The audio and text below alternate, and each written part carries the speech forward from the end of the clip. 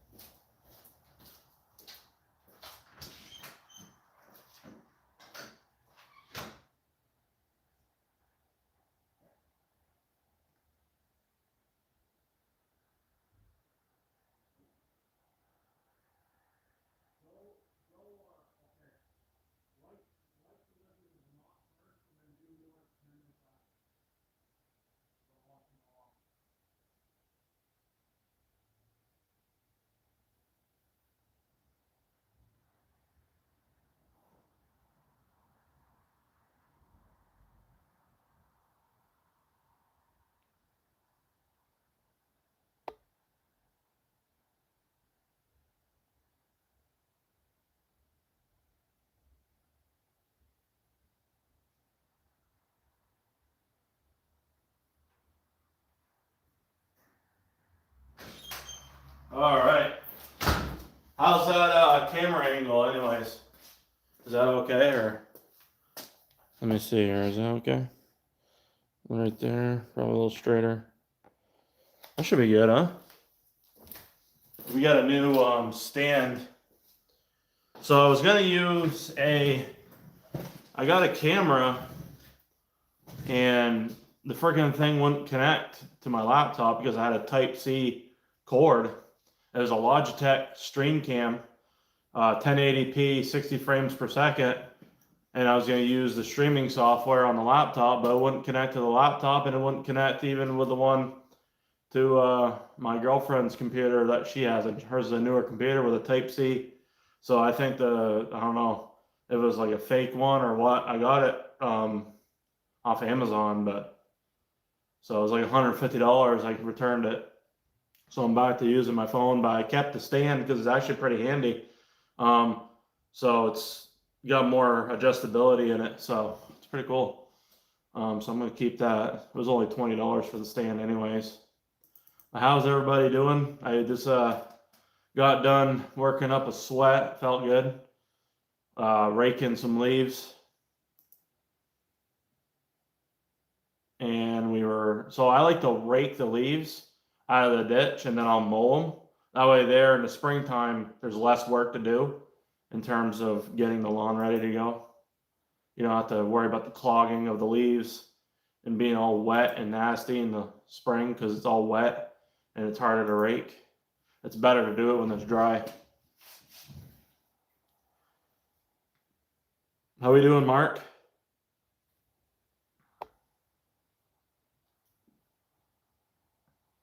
That's actually a good angle. It's not too bad. I don't mind it.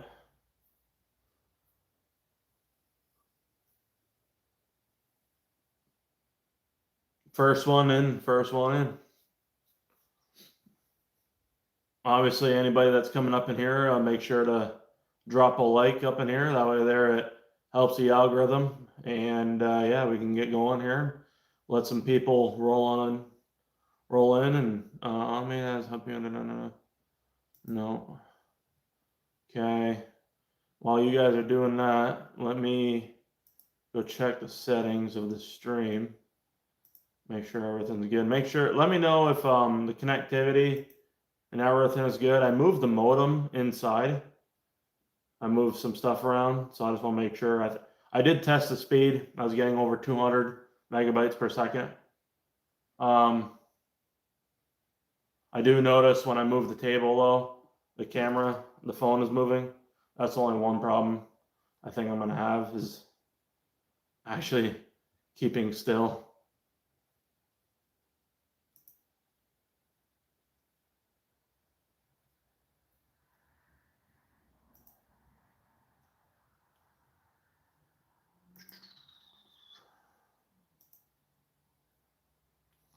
Let me see here. Yeah, we can do that. We're going to leave the chat open for everyone tonight. See if there's any bots or anything that comes in here. How we doing, Perez? Eduardo? I can't even say your Ed. Can I just call you Ed? Ed Perez. I think is it Eduardo? Eduardo? I don't know if I say that right. I probably butchered it, but how we doing? Live in Vermont, Mark?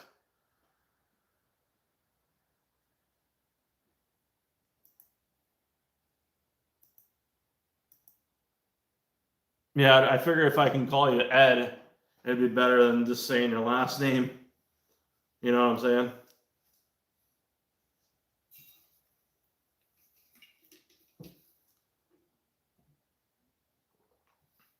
Are the leaves falling off the trees where you guys live?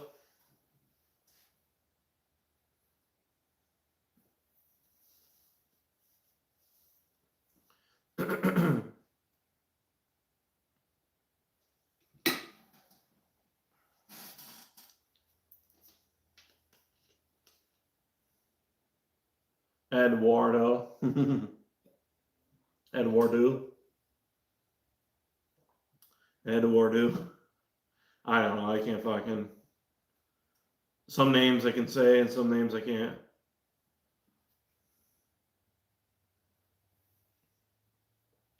So my turbo will be here surprisingly really early. Should be here on the 20th, is what they're saying.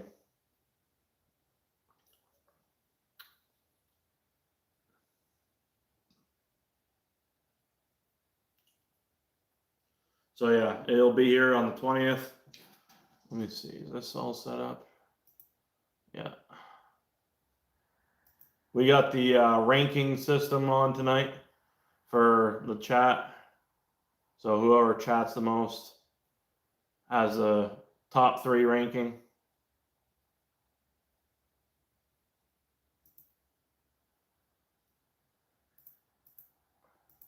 Let me type something up here in the chat. Let's see. Job.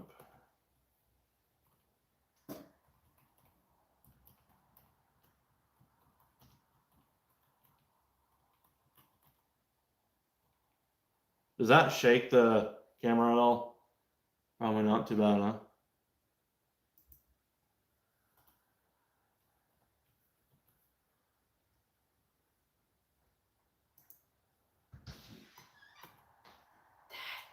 It's Eduardo. Yeah. Okay. Who said that? Eduardo. Yeah. You came in here just to tell me that his name is Eduardo. Eduardo. Eduardo. Oh my god, that's fucking hilarious. Hey Dad, his name is Eduardo.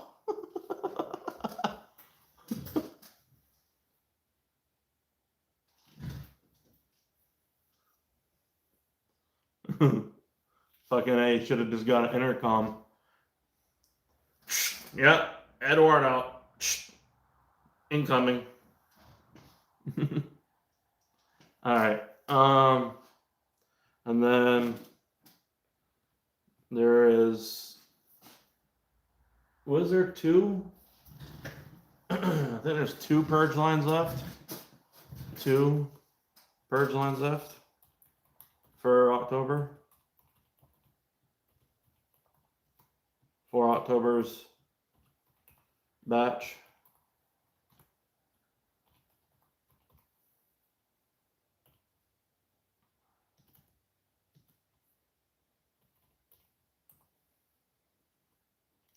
How we doing, Sinister? How we doing? How we doing?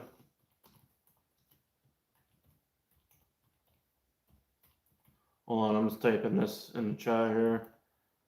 Just typing my pinned message, and I'll be okay. There we go.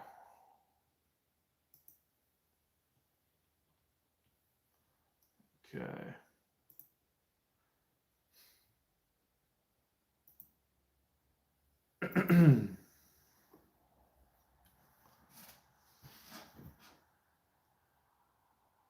How we liking the camera angle tonight? Is this okay? So I got a different stand. It was originally gonna be for a different camera, but that didn't work out too well, so I'm using my phone still for now. And at some point, I'd like to upgrade to like either a PC or a better laptop, and fucking that way there, I can actually have like a legit 60 frame per second stream, because I think it's 30 right now. So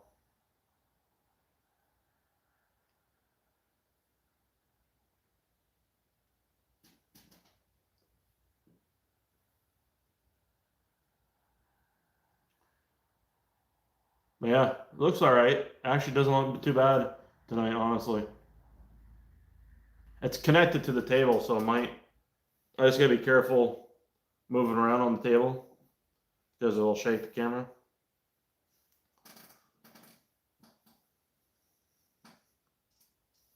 But yeah, we're doing good. We got the turbo arriving, I think Monday. I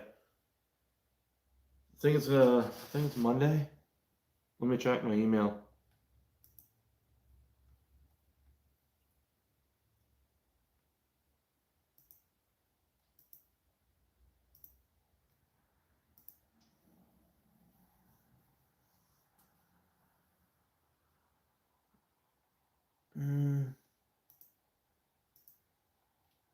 Let me see here. Monday. Coming from FedEx. Good old big turbo. It's in Illinois right now. It departed Illinois this morning. Signature required. So yeah, it'll definitely be here Monday by the looks, hopefully. Yeah, it says Monday, October 20th, so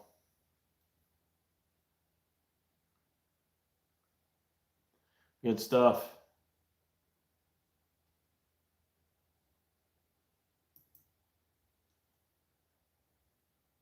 Hell yeah, you ordered your 2867, that's fucking awesome.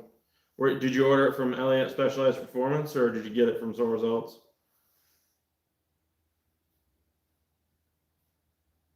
I'll be doing an unboxing video so I did some unboxing stuff already. Those videos won't be out until next year. It's part of the 2.4 build series for the WhiteBlurr. But yeah, so there's gonna be like the beginning parts of it is gonna be unboxing some stuff, like pistons, rods. I got the cams coming, so I'm gonna do the cams with the valve springs in one video, and then I'm gonna have the turbo, and then I'll probably wait until the speed performance stuff comes from them, and then I'll do the turbo with the manifold, and yeah, so pretty exciting stuff. 56.62 next gen turbo with a 105 AR housing. It's going to spool quicker than my G35 900 just because it has a smaller inducer wheel. So it's a 56 millimeter inducer compared to a 62 on the G35. But the thing is it's a 56, but it has the exducer is a 76 millimeter, and which is actually the same.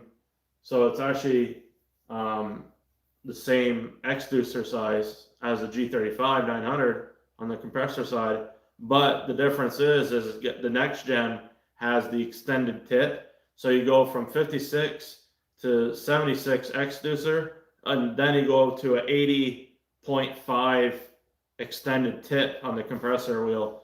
So that gives it more top end. So it's going to spool really good down low and have a good top end flow at like the G35, but spool quicker. I don't know how much quicker it's going to spool. Hopefully, I'd say probably by 800 RPM, maybe 500. And then, but it's going to be a 105 AR housing, where my G35 900 was an 83 AR. So it's just the reason why I went with a bigger AR is because I wanted less back pressure to match up for the 2.4 stroker as well. horsepower capabilities. I think it's 800. It says 800 to the crank, so it's 100 horsepower less than the G35 900. The 900 is obviously 900 horse. So at the crank, obviously. So it's capable of 700 probably to the wheels if you pushed it. I would say 700 easily, maybe 720. But I'm not, I'm not going that far. You know what I mean? Like I'm not gonna do that. I'm not stroking. I'm not sleeving the block. Sorry. And I honestly, I don't want to build this block. Like this is my original block. I don't want to fucking honestly throw that 2.4 into this one. I have a spare block over there. I'm gonna build that. I'm thinking. The only thing is it's got an 87.5 over there, and it kind of sucks. Like I'm gonna be ruining that, but whatever. I mean, it is whatever at this point. But I don't know. I just don't want to fuck my original block up to my white car. So it kind of, I'm kind of done making big horsepower with this block. I'm just gonna kind of preserve it, preserve the history of it.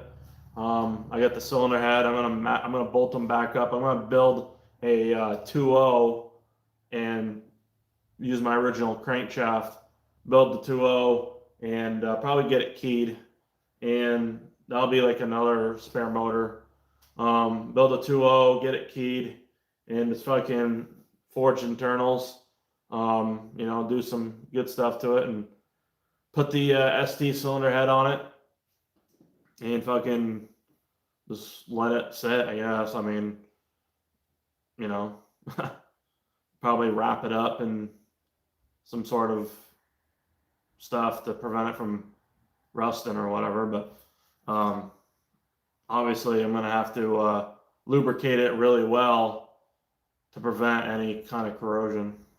So we'll have to oil it up, the crank and all that, so it doesn't rust and whatnot. So giveaway. You could give me $100,000 and I don't think I'd give this engine away. I'm just being honest with you.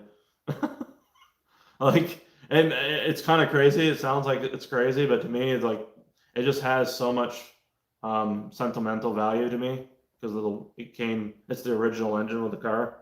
So I don't think I'd ever give it away. Honestly, I definitely would never. I don't know.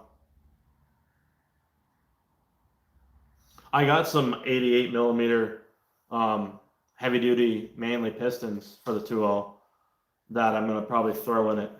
Are they 88 or are they 87.5? I think they're 87.5. If anybody, okay, I might not need the 87.5.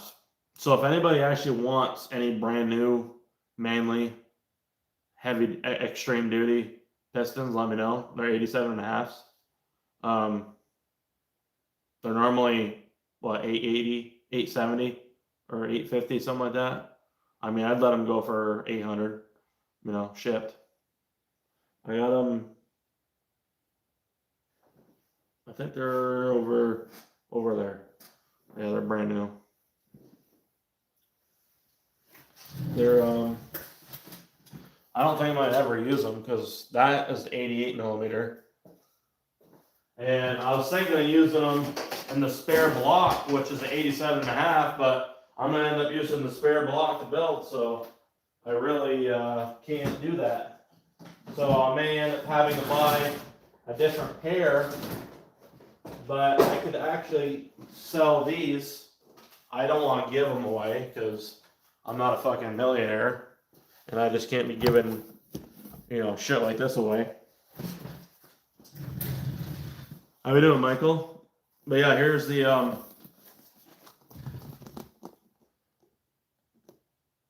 so yeah, Manley Extreme Duty. I haven't posted them up or for sale or anything. I wasn't even really planning to sell them, but I just got thinking I really don't need them.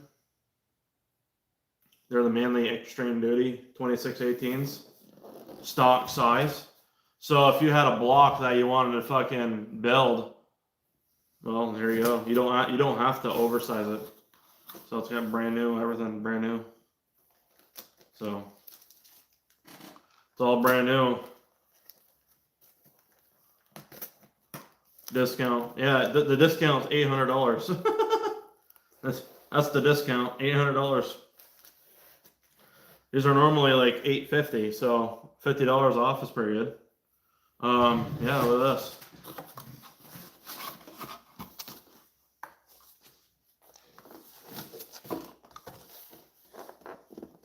So brand new.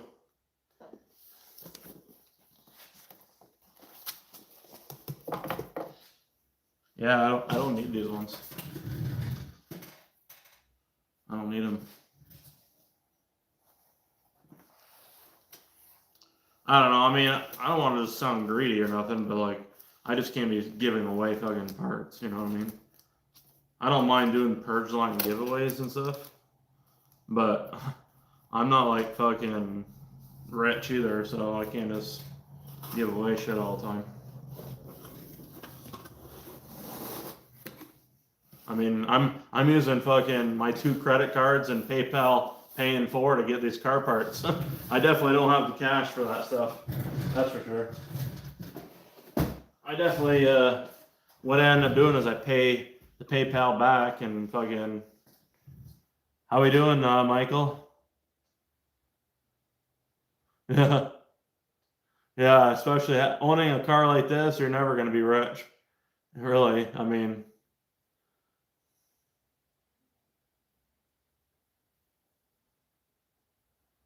But yeah.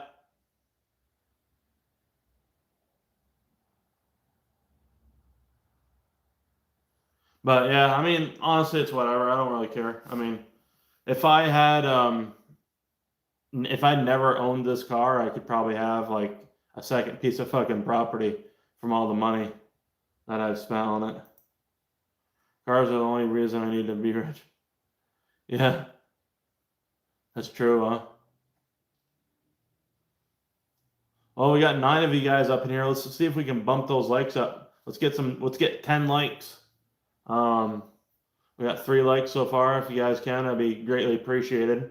We got 2 purge lines left for the October batch. So they're right there. There's 2 purge lines. I think there's just 2, right? There's just 2. 1, 2. Yep.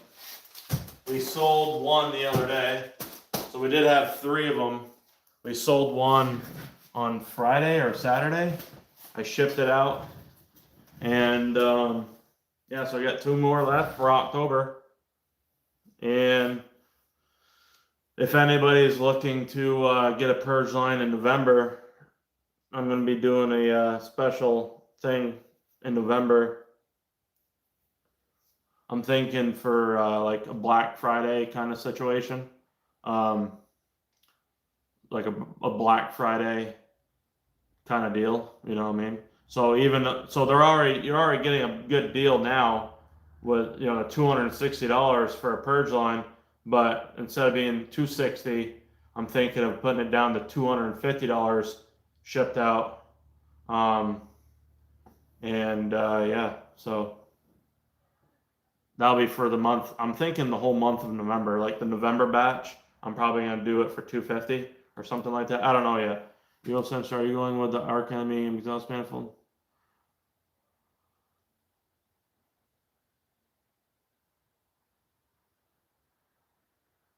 Speaking of purge line, oh, by the way, that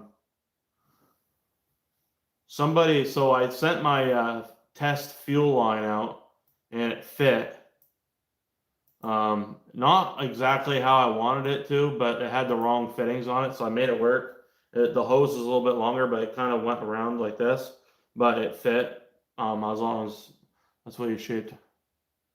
What's that U-shaped hard line goes from the block?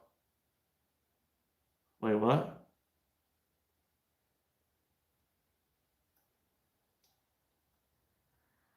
Wait, what's that U-shaped hard line?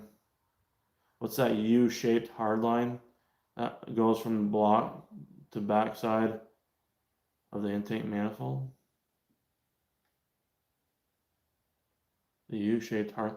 You're talking about the oh, you're talking about the PCV line? Oh, that's the PCV line. That goes to the fucking breather plate. That hard, it's connected to the check valve.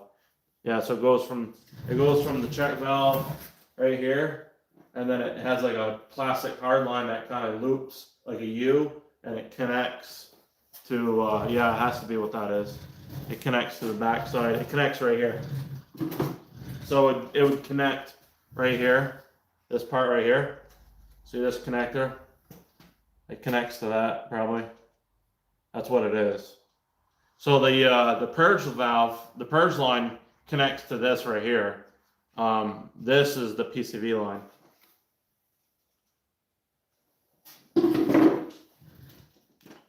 Yeah, you probably had a bad fucking check valve, honestly, because I know those check valves can go bad.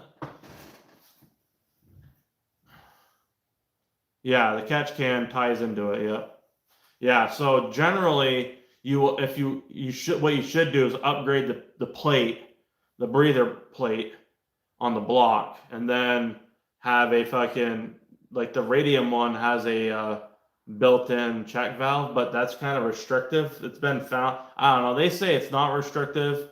I've never had a problem with it, but there is a better solution. You can run a -6 fitting on there, 10 AN, or I think it's a 10 orb, female or something like that. I think it's female or male, whatever it is. And it was loose and it cracked. Oh yeah, that probably was it.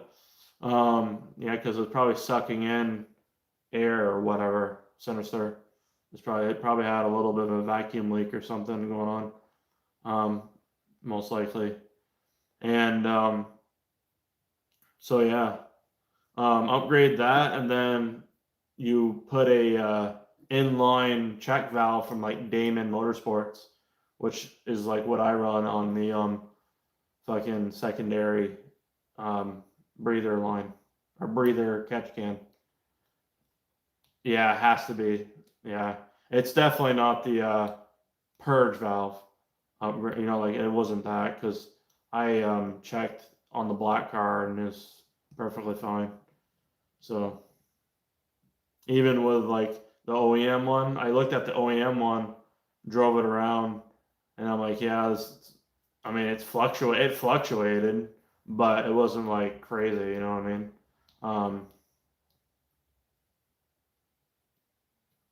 Oh, air oil separator. It's really the same thing, honestly, dude. Like it's air going through, oil's getting separated, it's getting condensated, and it settles on the bottom. I mean, it's just a different word for it.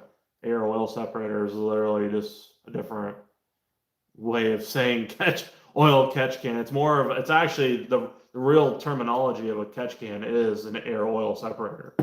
Really, if you think about it, because there's baffles in there. A lot of them have baffles that separates it, and it kind of goes through the screen, condensates, and then rests on the bottom. You know what I'm saying? I mean, if that makes, you know what I mean? That's just kind of a common sense thing. But yeah. Hey, how's it going, Matt? By the way, I want to thank all the channel members that have been a part of the channel. I appreciate all you guys. You guys have helped out a lot in terms of, and not just even like, obviously everyone's helping out no matter what. You know, the one thing I ask of you guys, if you're going to watch, obviously, is just like the videos that you watch. It helps just basically just juices up the fucking algorithm and puts my videos out there more and more for other people to see in their feeds. And that's why I say fucking like the stream, like all the videos, man, like fucking, and so yeah. Oh good, just got to New Hampshire, flew in for work this weekend, then back home Monday. New Hampshire, you're fucking close, man. You should swing by here. New Hampshire is only not even 3 hours away, depending on what part of New Hampshire. JLT, that's probably JLT. The JLT's, I think there was like a JLT 3.0 or something. One I'm looking at drains oil back into the block instead of having empty it manually. Yeah, but why would you want to do that? It's gonna, okay, so the thing is, it's not oil that you're capturing. A lot of people think it's actually oil.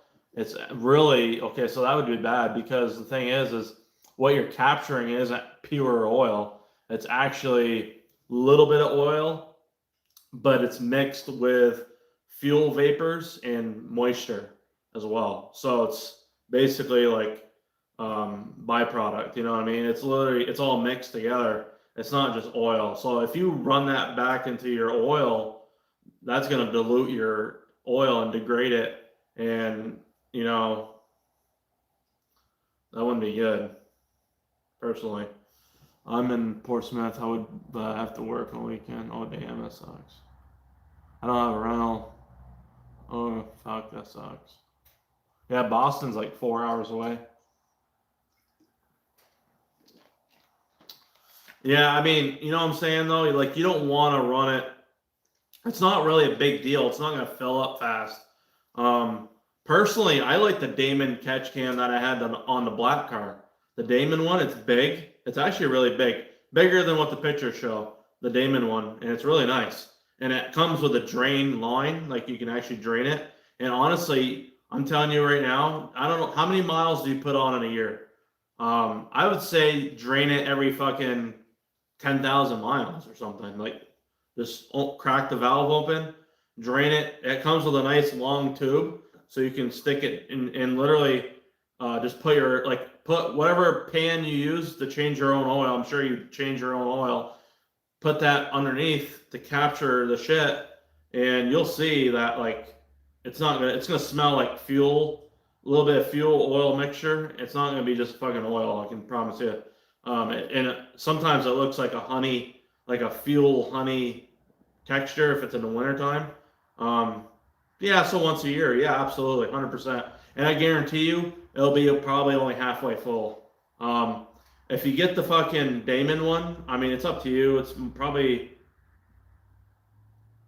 maybe $50 more than the JLT, but it's a nicer one, I think, personally.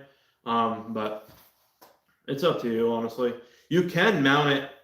So they have an option. They have two mounting locations for the Damon. They have it on the manifold, and then they have it where you can mount it on the fucking frame underneath, like where the cold air intake is, the box, the stock box. You can mount it right on the frame there, so it's kind of out of the way. So I'd honestly pick that if you wanted. I mean, and then you can just, like, when you go to change your fucking oil once a year or whatever, that'd be a great idea. Just came up with it just now. Every time you change your oil, drain that fucking catch can that underneath while you have it on ramps doing the fucking oil change. Like, boom, no brainer, right? That's what I would do personally. I just thought of it, and honestly, that's probably the way I'd do it, you know, if I were you. Obviously, you're probably not doing 10,000 mile oil changes, but it'd be interesting to see how much you catch. So, like with E85, if you run E85 more often, you're going to capture more with E85, and it's going to smell sweet. Like if you run full E85, for example. Running a mixture, you don't really get that sweet smell. Wish I could use ramps too low. Oh, shit.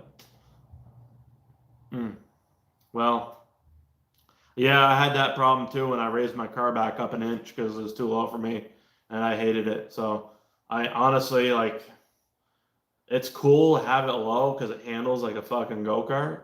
But the thing is like, man, it's a pain in the ass to jack up, look underneath it. Like, I just don't want it that low. You know what I mean? And our roads here are horrible. I mean, they're just not that good.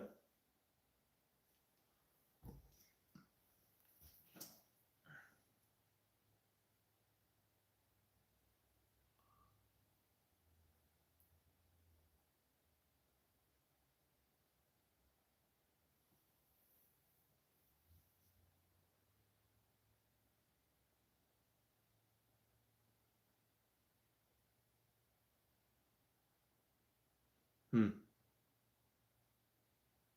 shit. Hell yeah, yeah. I know the roads here are pretty bad. I mean, they're comparable to like Pennsylvania in terms of how bad they are, really. I mean, they're pretty bad. The roads in Vermont, like New Jersey's roads, Vermont, New York, Pennsylvania, probably have the worst roads. New Hampshire is probably. I mean, New Hampshire I don't think is as bad. I'm joining inside of my. Hell yeah, dude! Hot pepper red ST. 2018. Hell yeah. Well, welcome to the stream, buddy. It's good to get new people up in here. That's why I always say if you like the stream, brand new people will come up in here, and we are always welcome new people and join the chat and ask questions, whatever you need to ask, and always like to know what everybody's got for a setup. If you don't mind sharing your setup with all of us, that'd be cool. If not, hey, that's fine. Shit, I've barely ever been out of Florida. Yeah. Well, I mean, Florida's nice for the most part. You guys, looks like we're not really getting any hurricanes this year, huh? I mean, the hurricane season's kind of non-existent, huh? This year.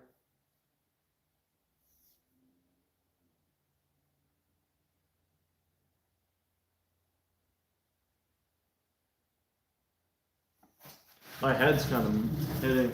It's kind of hiding the fucking.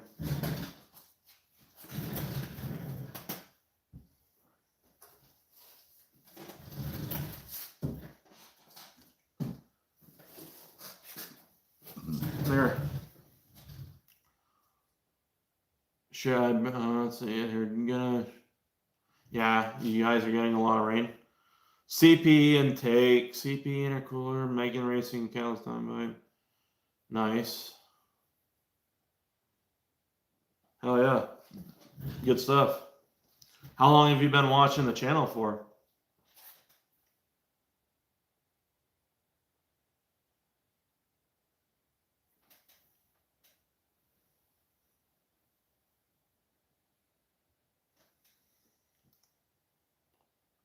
Let's see here, refresh this.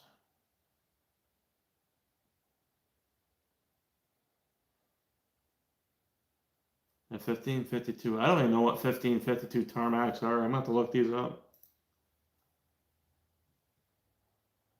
I actually just joined. I saw someone was streaming about Oh, hell yeah, dude. That's fucking awesome. See, I told you guys, bump those likes up, and someone like, the mastermind comes up in here and sees fucking. Dude, that's insane. Jack, welcome to the stream, buddy. Hell yeah. Yeah, we're literally like the only one that fucking streams for Focus SC content. So a little bit of history on, if you guys don't know, I've owned my the WhiteBlurr, that's the name, Whiteblurrst. So the WhiteBlurr, the white ST that I own, I've had it since 2012. I've owned it. I ordered it in September 2012. They built it in October. Special ordered it, and it's a ST2 package, early 2013. But yeah, welcome to the fucking stream, guys, and glad to have you guys up in here. We have the best Focus ST EcoBoost, car community out there, I would say. And, we do lives. Generally, we do them every Friday. Last Friday, I took a break, but usually we're on here for 3-4 hours, and we'll fucking, we do giveaways. So at 10,000 subscribers, I gave away 2 upgraded Purge lines. You should have been there for that. And we have, so if you don't know, I make upgraded Purge lines for the Focus ST, and I have 2 of them left for the October group buy batch. They're $260. I have a whole upgraded Purge line playlist on the channel, so if you want to go check those out, there's been many people that have made videos like just saying like how they are or whatever, and their honest thoughts. And there's somebody that did a really good video on installing it. It's really easy to install. I gotta eat. I'll tune back in. Okay, see you later, sister. I feel like folks are underrepresented tuner platform. Yeah, I mean, underrepresented. I mean, probably nowadays more than ever, just because, I mean, they're kind of fading out. Um, but yeah, tuned by JSD, hell yeah. So my first custom tuner was not Alan, sorry, Alex at Stratified. So I went big turbo the first time in 2015 with a 7163 EFR Borg Warner. There's a full race turbo kit, and yeah, I ran that setup on the stock engine from 2015 to 2019. I messed around with the setup a little bit on the compressor housing, and long story short, I ended up losing compression because it overboosted a few times. Being is my fault, and I lost compression in cylinder one, which is so this is the piston right here. So I took the engine apart, and the ringland. This is a common failure right here. So the ringland, the rings were holding it together. Luckily, it was 100 psi, and when I took the rings off, the fucking chunk came right out. It's pretty crazy. This was cylinder one. But that being said, if I had never overboosted, I feel like the engine would have definitely lasted longer. But the thing is at that time also, my clutch was actually going bad, my stock clutch. So, I guess everything happens for a reason. Um, so yeah. 1552. I'll have to look at these. Okay, even without spacers, the 1552 sit here perfectly. Coilovers, remove the coilovers because I'm going to do something different. Yeah, honestly, I have ISC coilovers on mine, the street ones. I like them, and I lowered the car 1.5 inches all the way around. But the thing is, it's so fucking low. So I raised it back up 1 inch, and yeah, honestly, I mean, my next move when these coilovers go bad, hopefully they still have them, will be the Mountain Tune Bilstein kit, probably.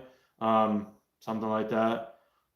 Had a few funding issues and having. Yeah, you're good, buddy. Don't worry about it. Honestly, fucking whatever. Masterminding, you're good. Not everybody has to be big turbo. As long you, I mean, it sounds like, you've done the right mods to help, prevent the head cracking. Helps the longevity, and all that shit. So hell yeah, you're doing a good job. You got the intercooler. Are you the original owner of the car? Yeah, the Bilstein B8 is what the Mountain Tune kit uses. So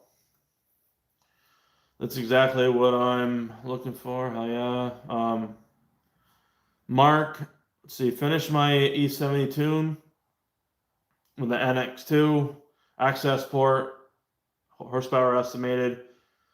Honestly, dude, I'm gonna tell you right now, the horsepower estimation is really not accurate on the access port. I feel like, so you may see lower numbers than what you actually are. Just so you know. And she's still sold. Hell yeah! I only have 56,000 miles on my white car. Hey, what do you think of the Fortune 500 coils? Well, they're fucking expensive. I can tell you that.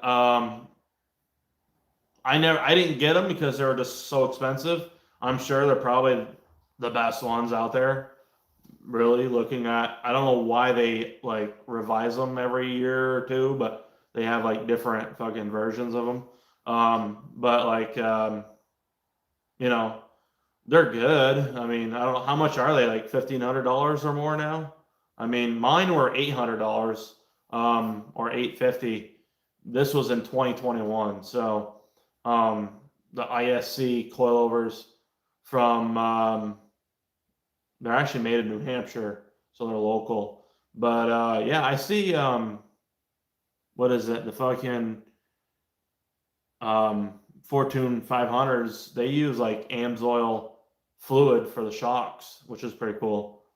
In Vermont, I'm in Vermont, in the Northeast. Yeah, unfortunately, it sucks here. But this one, actually, believe it or not, this year hasn't been a bad year. It's been dry. This is my original block right here. So my original block. I still have my original cylinder head. Last year, I made 560. I built a 2.3 stroker last year, and the ARP crank bolt that I reused multiple times actually fucking came loose. So it fucked my flywheel up. It fucked the harmonic balancer up. Like it vibrated loose. And so yeah, didn't screw the block up. I didn't screw the internals up. I have all the internals still. Luckily, everything's good. Hell yeah, in Iowa, nice. Hell yeah. How's the weather there this time of year? But yeah, so we're gonna be doing a 2.4 stroker build, and I have a brand new turbo. I'm actually trying a precision turbo out because I've never done a precision, and it's gonna be a 56 6.2 with a 105 AR next gen precision turbo. So, and it's going to be an RS head swap, most likely. We'll see. I got a 4-port cylinder head sitting here, but I don't have a fucking, I need a manifold made for it. I'd love to run it because I'd like to hear what it sounds like. Get open roads. I don't know about that. We don't really have that many open roads, honestly. Not, I don't know. Yeah. If you want open roads, go to Texas. Honestly, go out west, Texas. You'll have open roads and no traffic hardly in the country. Super damn nice out, 670 degrees. What the hell, yeah, yeah, yeah. Our interstate speed here is only 65 miles an hour. It's pretty horrible. New York and Vermont, pretty bad. Well, I figured you would go with. I mean, the thing is, Michael, is I love the 7163. It's right here. I'll show you guys because these guys are new to the chat.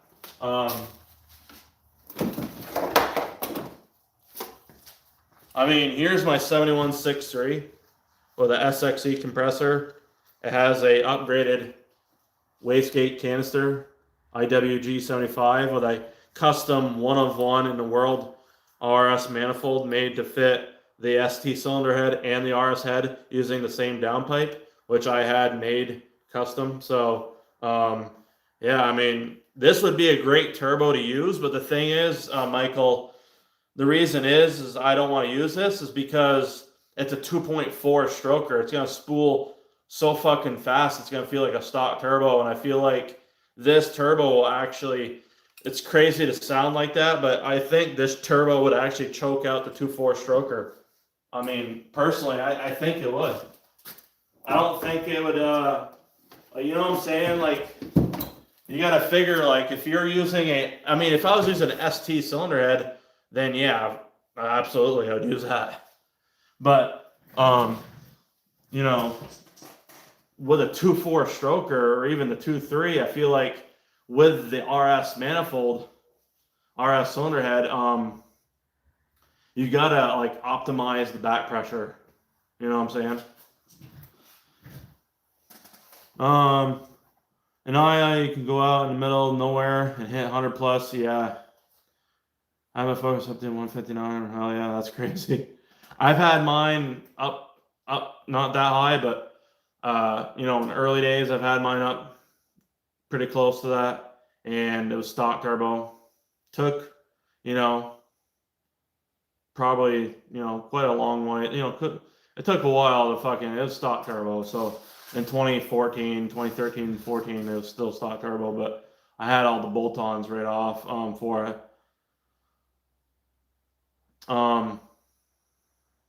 But yeah, that's awesome. But yeah, we have the 2.4 stroker stuff, the 2.5 Duratec crankshaft I gotta get sent out for keying. The turbo's coming Monday, so I'm gonna do an unboxing video. That won't release until next February or something. But because I have a whole 2.4 stroker build series coming out for that. Rural highways are just straight, dead straight, and rarely any. See, that's how Texas is.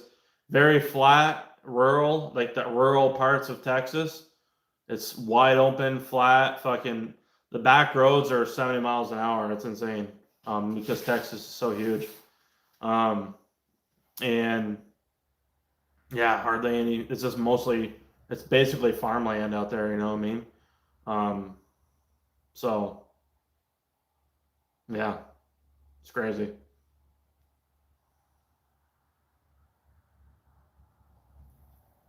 Yeah, we don't have 4-lane highways here.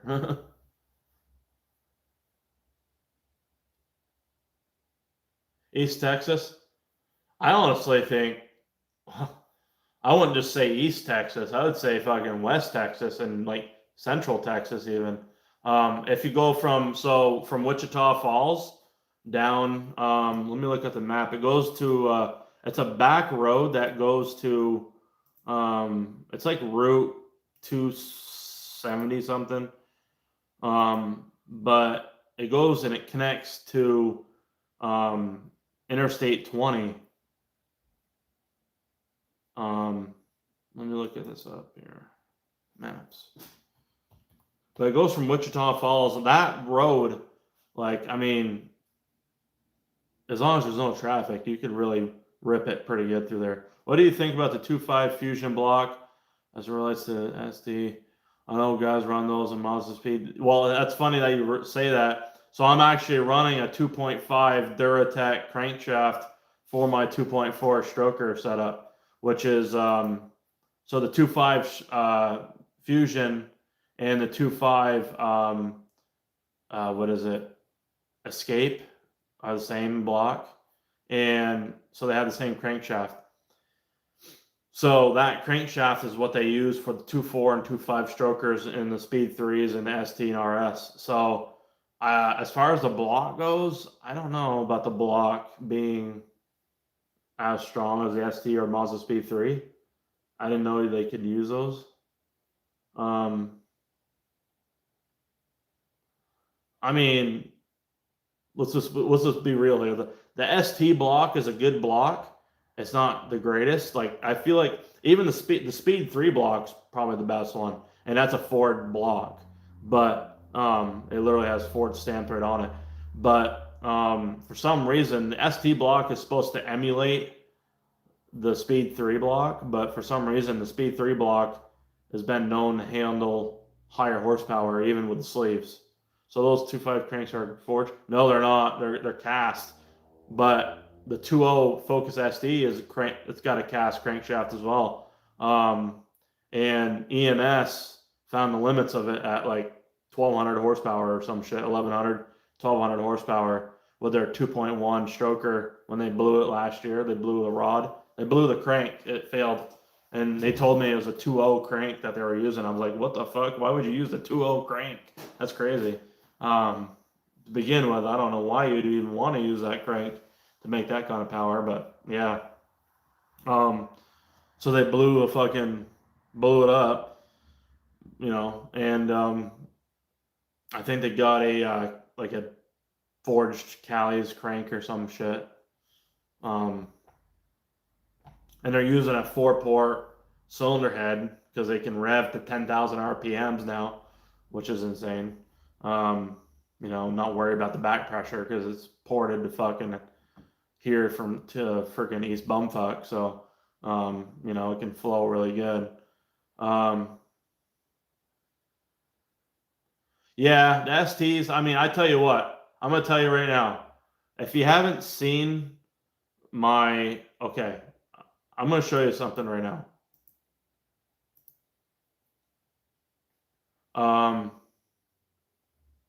Since you're new here, I'm going to show you what the ST can be like. So mine at 550, 560 at the wheels last year, what it was like. If you haven't seen it already, I'll show you a link. I'll share it.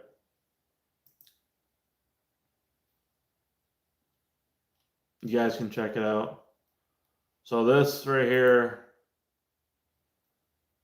shareable link, boom.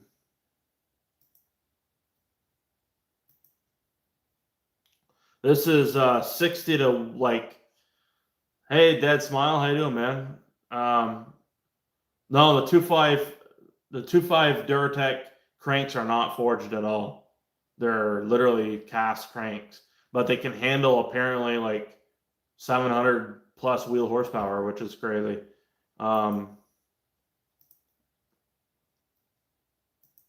That right there, so that link that is dropped in there, that's a pull that I did last year with my G35 900, 2.3 stroker, stage straight cams, fully 85, stock fuel system with a 4-port aux fuel kit, 65-pound injectors, and I was tuned by Alex at Stratified, and also had an RS head swap. So 27 and a half pounds boost on a high boost map. It would spin in third gear. My tires are trash. Do you think the headfold is? Do you think the EcoBoost headfold is a limitation? Yeah, it is, but it can make some power. But the problem is not so much the limitation as the problem is the reliability and durability of it.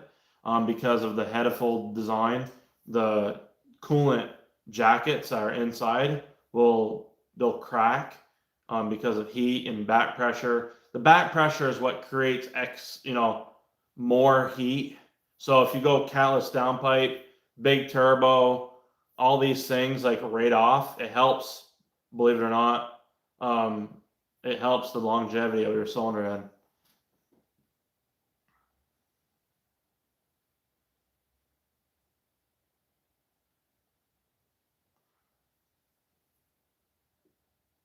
But yeah, these cars, what I was going to say is these cars at 500 plus are fucking stupid fast. Like, that video does not do justice. Okay? Let's just be real. That video does not do justice. I mean, it's scary. Like, I was literally like, I was at 410 on the 2.0 setup with my 71.63 on 93, and that was fucking fast. But going from 410 to like mid 500s is like it's stupid. It's like insane. And yeah, I understand it's like another 150 more at the wheels, but it's like holy fuck, I couldn't believe it. Like it's just crazy to like literally. This is how I like to do a good explanation of it. Is like when I'm at 410 at the wheels before with my 2.0 with the 71.63, fourth gear was my pulling gear, and in the G35 900 setup with the 2.3 stroker last year with the mid 500 on high boost, I was literally fucking like my fifth gear would outpull my fourth gear at 400 wheel horsepower. It was insane.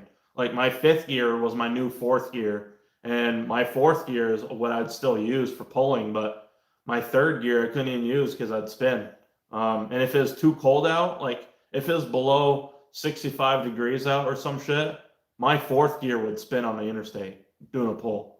It's crazy. I mean, yeah, I don't know. It's nuts. So, and I think the reason why it spun like that is because the G35 has a little bit of lag, but once it fucking hits, it hits really hard and all at once. So it kind of boom, you know what I mean? It doesn't really, it's not gradual like the 71.63 where it kind of just ramps up and levels off. So with this new turbo package that I got coming, it's a precision turbo next gen 5662 with a 105 AR. So the reason why I went with a 105 is to have less back pressure for the 2.4 stroker setup. I don't want to choke out the stroker setup at all. So I want the 2.4 to flow good and be matched up and flow with the turbo. Because there is such thing as going with a too big of a motor and then restricting the motor on flow by going with a small turbo. So yeah, it's crazy. Here is the playlist for you guys. for you guys, if you don't know, there's been recalls on the Focus ST Purge lines, and it's like one of the must-do mods that you should do, because I mean, the thing is like it can get costly replacing this fucking thing multiple times, and you know, there was a recall and Ford did cover it, but the problem is it's going to fail again, and it's like you might as well upgrade it. That way there you end that problem altogether and never have to worry about it ever again. So my Purge line basically fixes that issue. And I have a whole playlist I can share right here. Let's see that. Let's see. I'll just share the whole playlist so you can go check it out. Go through it and check it out. It's really nice.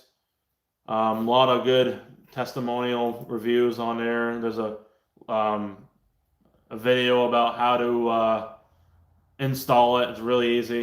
It's actually way easier to install versus taking out the old one. Let me see here. And we got 2 of them left for October upgrade, Purge line upgraded. So what do you guys have planned for this weekend? Anything? Anybody got any plans for the weekend, or kind of just chilling?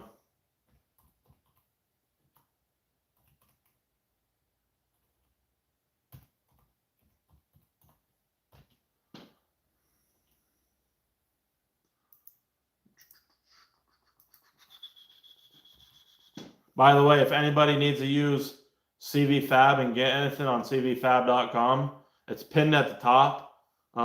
So use my code BB5 at checkout if you want to get the intercooler. Going back to Illinois. No shit. That's where my turbo is coming from. And then got my Tim Jong Walls sign made.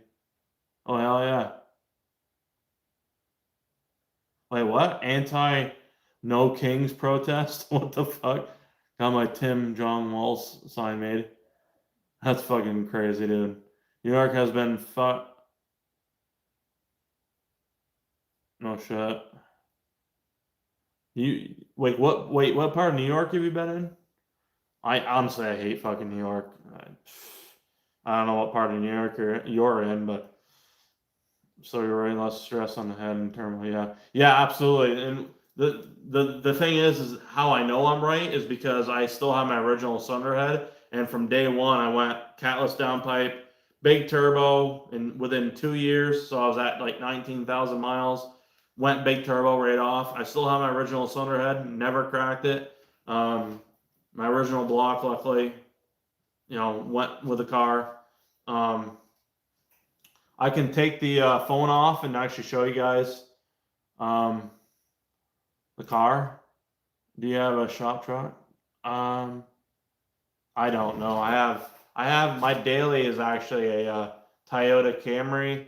We have my girlfriend's or fiance's got a 4Runner, and then we also have a Yukon Denali XL for road trips. But here, so I'll show you the garage a little bit though. We can kind of do a little garage tour for you new guys that are up in here. So, by the way, if you are interested in AMSOIL, I am a AMSOIL dealer, and I can help you save 25% on orders. So basically, you sign up being a preferred customer, and you go through me. And so email me if any of you guys are interested in upgraded Purge lines or whatnot. There's 2 of them left right here. They get shipped out right off. They're $260 a piece. But email me if you have any questions regarding anything, or if anybody's interested in these brand new, mainly extreme duty pistons. I also have a 56, or sorry, this is a turbo that I bought as part of the Precision Turbo Kit from Speed Performance. I bought this kit, and I don't want to use this turbo because it's a older Gen 2. It's still a good turbo. It's still good. This turbo here made 620 on a Focus ST with 32.5 pounds of boost. So that's pretty insane, honestly. But this is a basically the older version of the turbo that I'm getting next.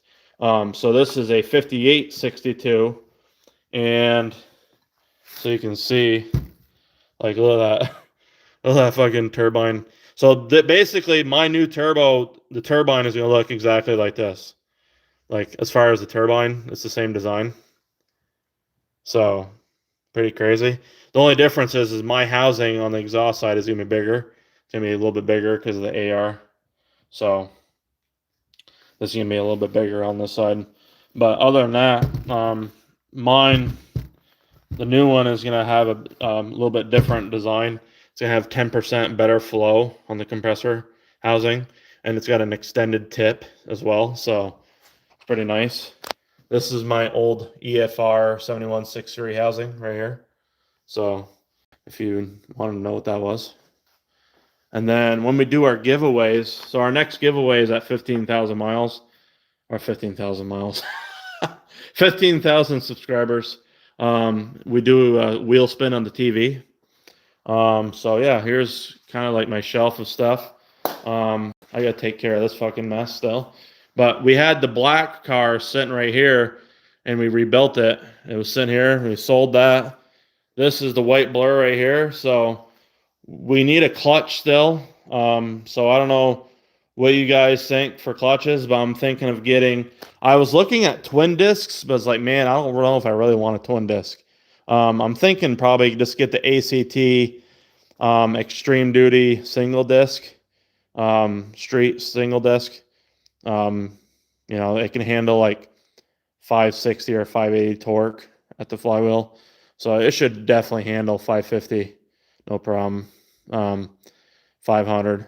I'm not planning to make any insane horsepower with this anymore. Like, I'm going to probably stop at around 500, 520 at the wheels. Like, anything past that point is just way too fucking much, in my opinion. Like, these cars get stupid past that point, and I really don't want to kill myself. So, I mean, trust me. I mean, when you guys get to that point, you're gonna see what I mean. Like, I'm telling you, like, it's ridiculous. Going from 400 to 500, and then 500 to 5, going 400 to 550 is like insane. I mean, it's just like, wow, what the fuck have I done with this car? You know what I mean? It's just ridiculous. Let me look at the chat here because I haven't seen. What is this saying? Yeah. So EFR 17 does that? Yeah, the Turbo Smart blow-off valve on the stock turbo fits on that 7163 housing. I actually had a Boomba blow-off valve on my original 2015 setup before. And then this is the 7163 with the SXE compressor housing. So right there, that's a 3.5-inch intake. So, yeah. And then here's my charge pipe that had a custom hot side made on the Mishimoto. And wait, what was the white blur on the wall? Oh, this is just a sign I had made. Yeah, Laura, my fiance, had this made because it makes it look good for the stream, I think. I mean, why not, right? So, I mean, it makes it look a little bit more fancier, I guess, in here. And kind of adds a little bit of personality to the whole stream, and it's not just bland and, nothing going on, other than these signs for advertising. So no, I don't get paid by Stratified to have that on the wall. I actually bought that. I had that made myself because I support his tuning services so much that I had this made. It was like $80. He actually offered to pay for it, but I said, nah, you're good. And I had it made. It came from Texas. It's actually a really high quality. So, yeah. And then this is my fiance's stuff right here for business. So if anybody needs any of that, it's legit. It's not a fucking scam. So, but yeah, pretty insane stuff. But yeah, these are like my lines and stuff for my purge lines I make. So this is gonna be the November batch, and then here's the fittings. Go check out the purge line playlist if you haven't already. But we got more fittings. This fitting alone right here is $20. Give an example. It costs $200 just to make these purge lines.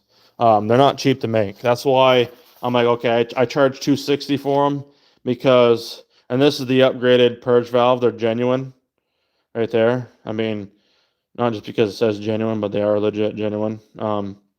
So Hyundai, Kia, Bosch purge valves. They're a better upgrade in terms of quality and all that stuff. So I'm trying to get rid of these fucking things. But yeah, this is kind of just like some extra shit over here. And then this is kind of where I do my videos. So this is actually my next video that I need to film. I've been fucking basically running behind and lazy and not filming or anything. But I'm gonna be filming some more stuff. But I've been just kind of doing the 2.4 stroker stuff ahead of time, getting that put up. But yeah. Let me see here.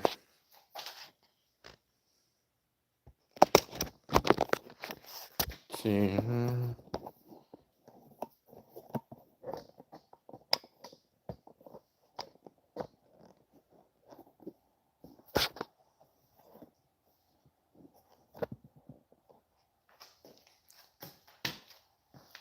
Let me see here. But yeah. So the garage, if you want to know what size it is, the garage is 24 wide by 36 feet long.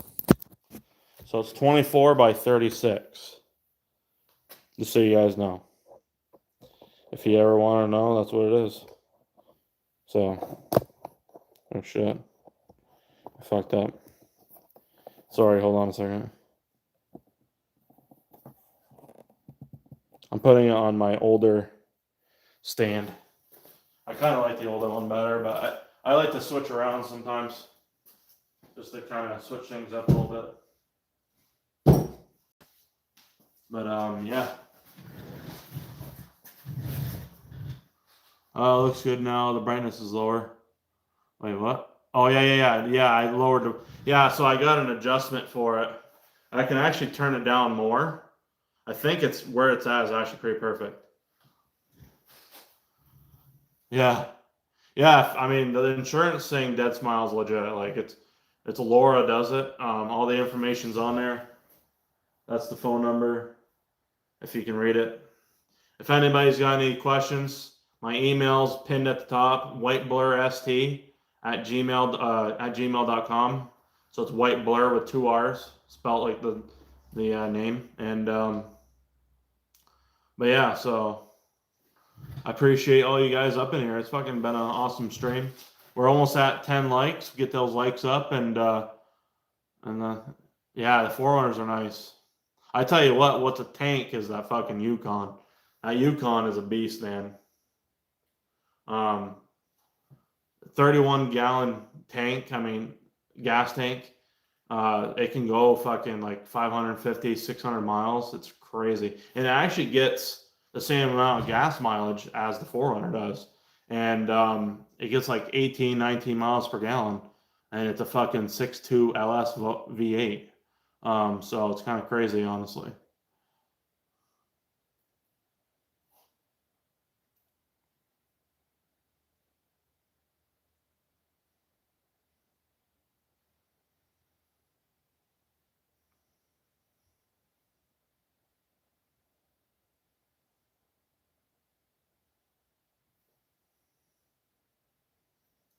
Well, okay, so this 6.2 isn't the one that's been. So the 6.2 that you're talking about is the LT motors. The LT 6.2 is the bad one. The one that I have is from 2014. It's the previous couple generations back. So it's actually the best 6.2. Well, technically the best 6.2 is the one without the active fuel management AFM solenoids, but this one has that. but it doesn't have the problems with it blowing up in terms of the oil and all that with the light oil that they're running now and 020 or whatever. This calls for 530, so I'm not worried about that. The only thing I worry about is the fucking lifter failure things. Yeah, 13 miles. Yeah, see, that's horrible. 13 miles per gallon. It'd be way better if you could get like 18 miles per gallon, because then you'd be like, oh, fucking, you'd be balling. You'd be like literally going 650 miles, 650 mile gas tank. I mean, that'd be insane,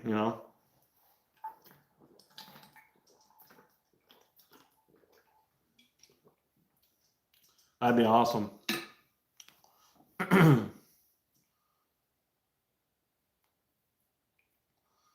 I don't know are you talking about the L90? So mine is the L94. My 6.2, if you look it up, the L94 is actually a really good 6.2.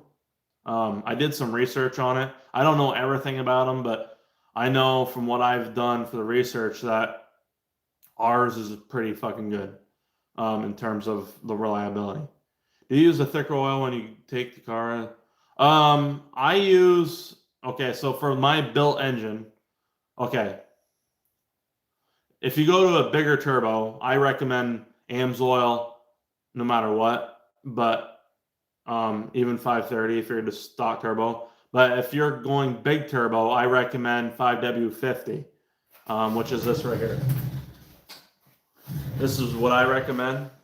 I ran 5W50 from 2015 to 2019, and when I took the engine apart, I have a picture of it to prove this. The bearings literally looked like they were brand new. There was no wear or nothing on them. And I did literally thousands of fucking street pulls with that fucking thing. Like, no joke. Like, thousands of wide open throttle pulls. And it's fucking awful. I thought about getting a 2.7. I would not get the 2.7, honestly. I mean, the 2.7 is a good motor, but seeing now, especially the Gen 2, maybe the newer Gen 3 might be better, but the Gen 2, I think I would skip that. If you do get a 2.7 though, Matt, get the CV Fab intercooler right away. And the reason I say that is because we had a 2.7 and we put a CV Fab, I put a CV Fab intercooler in it, and it fucking night and day difference, and it actually gained 2 miles per gallon on the highway. I've got to go, but I'll be listening. I'm a trucker, so I've got to. Oh, hell yeah, dude! I got my Class A CDL, by the way. Yeah, that's awesome. I don't haul over the road, but my dad actually does a lot of that stuff, and he does local, and he wanted me to do like over the road stuff, but I didn't want to be away from home. But I do have my Class A CDL. I used to have my Tinker endorsement when I used it, but I do have my CDL. So hell yeah. That's awesome. I've noticed that a lot of truckers because I've driven to Texas like 15 times since 2016, and I don't know why, but it seems like now more than ever, a lot of truckers are driving at nighttime more so versus the day. Well, I mean, there's a lot during the day, but like at night, it's more busier than it used to be, I feel like. Like if you compare it from 2017 to like 2025, there's like way more trucks on the road at night. I don't know if it's just because of population growth or what, but it's pretty crazy. But yeah, that's awesome, man. Stay safe out there. I'm a regional. I'm home every day. That's awesome. Oh, hell yeah, dude. That's fucking awesome. Yeah, because there's no one. Yeah, I mean, that makes sense for sure. Like, truckers driving at night is actually the way to do it because there's hardly no one on the road. But it's like that's why I go at night, because there's hardly anyone on the road. But it's like, once you get to like Ohio, once you get past New York and in Ohio and all those other western states, the amount of trucks on the interstate is fucking astronomically insane. I mean, yeah, me too. I love, like, especially with like a fucking moon in the sky, like a full moon and shit. I love it. I don't know. It's just something I can stay up all night. Like I can literally What's your guys' record, like nonstop driving? My record, no bullshit, 35 hours. It was tough. Now that being said, the only reason it was 35 hours is because so I drove from Oklahoma City, which is actually Calumet, so it's an hour west of Oklahoma City. I drove from Oklahoma City and it was raining literally from Oklahoma City all the way up to Vermont, 1,600 miles. And by the time I hit New York, there's usually it's 7 hours just in New York. We hit that rain, became a fucking ice and snowstorm. We got delayed and literally fucking stopped at a Denny's. We basically ate, took like an hour break for the roads to get cleared up because it's so fucking icy. We were taking a rental SUV and it had no traction at all. It was a RAV4, and I'm telling you what, it was fucking whoa. I was pushing myself pretty hard. But generally, like now, like it's tough to honestly go over 20 hours. I mean, I've done from here to Oklahoma City 25 hours 2 times nonstop. That's fucking tough as hell. Even honestly, it has to take a special day for me to do that. Like to do it like that, it has to take a special weather. Like it has to be dry weather, special circumstances. I have to feel good. I have to be rested good. I just gotta start off really good. You know what I'm saying? So, South Texas to Bristol, Tennessee. That's a fucking haul, dude. South Texas, like what part of South Texas? Chris's Garage, how you doing, man? Someone says Stratified is under heat for blowing motors. Is that what? I okay. I have not heard of that. Honestly, I don't think so. He does. Okay, so Alex at Stratified, who's the owner, he's great. I know he has other tuners that tune for him because he's so busy. So if he is somehow taking heat, it's not because he's doing it. It's probably his tuners. Now, that being said, I don't know why he would have tuners that would cause that kind of issue. I don't think that's actually what's going on. I think people just like to blame tuners. Now, it depends on what your setup is. What these guys, what was their setup? You know what I'm saying? Like, how are they driving the car? What's the setup? You know, what's done to it? Like, in terms of Stratified causing engines to blow, I'll be honest with you, I never heard of it. I've had Alex at Stratified since 2015, and he's been the best tuner out there. He's really fucking smart. I mean, he designed the fucking, the first 4-port aux kit for our cars. He came out with the fucking Guardian Angel, and now he's coming out with a new 4-port fuel, controller. Don't forget the honesty of the customer. Yeah. Yeah. I mean, that's the thing. Like, there's a difference between, like, the only way you could really know that a tuner fucked with your shit and say cause your engine to blow is because if you're monitoring your logs, you're logging and you're monitoring it, and you can see that you're getting knocked with every revision, then yeah, it's too aggressive, right? That's the only way you can really know if your tune's too aggressive. But if they're not watching for knock, like the customer, then obviously, how do you prove that that's really the case? You know what I'm saying? But honestly, a straight pipe exhaust to a normal, with a resonator and all that isn't going to really make a difference in the car. The biggest difference would be where, like, the size of the turbo, if he lied about what injector size is in the car and it got too much fuel or not enough fuel, ran lean, this and that, or he forgot to say, oh, he had RS injectors, or he forgot to say, oh, I'm not catless, but I am. And it's like, you know what I'm saying? What's my knock limits? Like, I mean, I'm gonna be honest, like with Ryan at EMS, I thought he was a little bit aggressive on my setup last year. I don't know if it's because my E85 it tested at E80, but it should still have been fine. I was getting a couple hits of knock on the like on the logs. It was probably up in the 5, 6, 7 range, which seems kind of high. I don't know what a dangerous number is. I would think any sort of knock would be actually bad.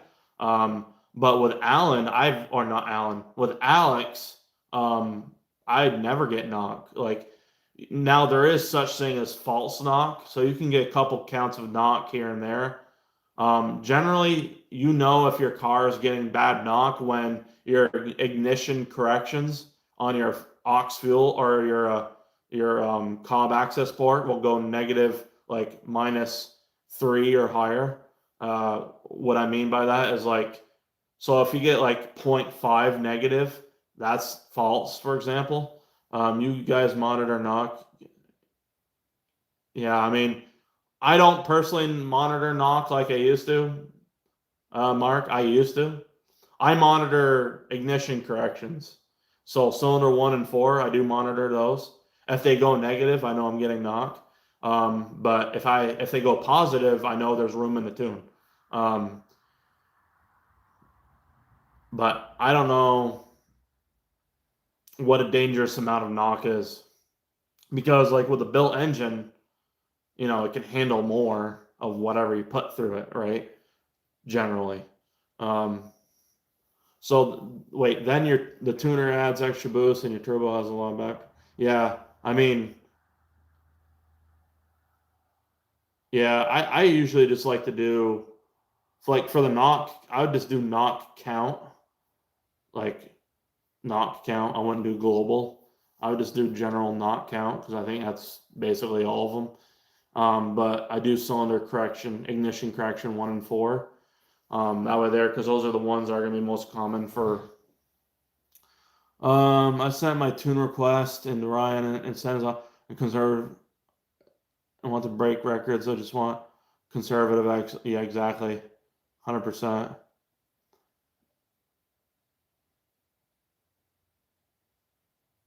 Yeah, honestly, I mean, I don't know what have you like. What do these guys got that say that Stratified's been blowing motors? I mean, that's just kind of crazy, Chris. I don't understand who the hell would make up something like that. But, I mean, I remember fucking back in the day, JST was having under criticism for blowing stock turbo and big turbo engines, stock motors, But the thing is, when you're a stock block, stock engine, it's gonna go at some point, no matter who you have tuning your car. You know what I'm saying? Like it doesn't matter. It's not the tuner's fault, that you went big turbo and you decided to push past the limits. It's gonna go bad no matter what. It's just how long is it gonna last? How good of a job can you guys do to make it last is what, what I'm saying? Like I went from 2015 to 2019 stock engine until I lost compression in cylinder 1. And the only reason it happened is because I fucking overboosted a few times because I messed with the setup. If that hadn't happened, who knows how long it would have fucking lasted. You know what I mean? I mean, I ran water meth as well. So water methanol helps with knock. It cleans the valves. I mean, it helps with a lot of shit too. So, I mean, the water methanol, I feel like definitely helped prolong the setup 100%. I mean, not even a doubt in my mind. I want to go when the over 12 hours.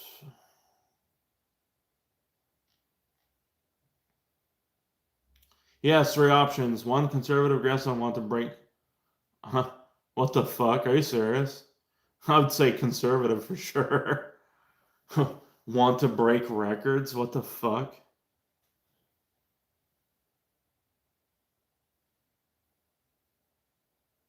Hey Blur, haven't seen the stream in a while. Hey Dave, how you doing, buddy?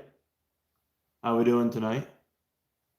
I wasn't live, so last Friday I didn't go live, and I'll be honest with you guys, like I just wanted to take a break take a week off, and yeah, so just took the week off.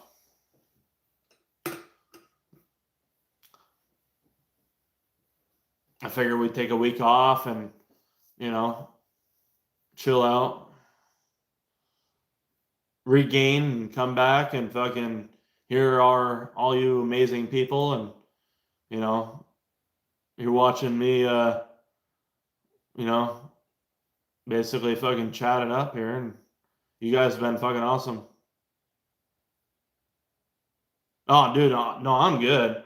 Like, I mean, I definitely do need to lose weight, but like health wise, I feel like I'm fine. Like, I don't have high blood pressure or nothing like that. I do want to be like more active. And I do need a diet again. Like, I need to fast and go on a calorie deficit again, because I've kind of went off the curb a little bit.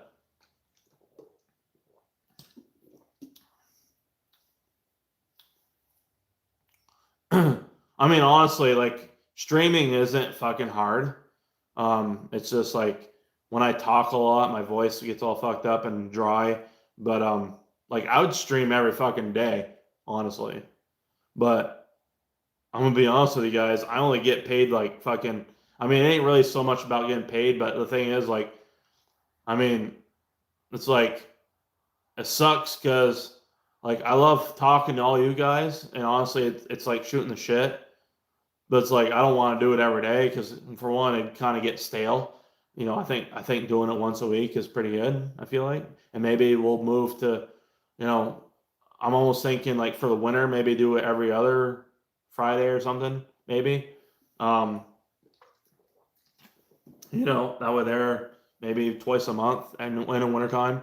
That way there I can get like my car shit done. Like, it'll give me more opportunity to work on my car. And because trust me, guys, like, once parts start coming in, this motherfucking white car is gonna be running in the springtime. By March or April, it's gonna be starting up, and I'm telling you, it's gonna be fucking sick. It's gonna be fucking badass in terms of how it's gonna be set up. Whether it's gonna be the RS cylinder head or it's gonna be the 4-port manifold, I don't know yet. But either way, it's gonna be a badass fucking setup. It's been over a year since I've driven it. I'm ready to drive this motherfucker. I'm ready to fucking tear the streets up again and, you know, hurt some feelings. So, unfortunately, I've hurt in all the feelings I could around here, and, you know, it's unfortunate, but that's just the way it is. I mean, you know, it'd be nice. Like, I wish I could honestly, like, if I had the money, I would honestly, like, take my car on a car hauler and like travel the United States and literally just fucking meet all you guys and fucking fuck around. You know what I mean? Literally, that's what I would do.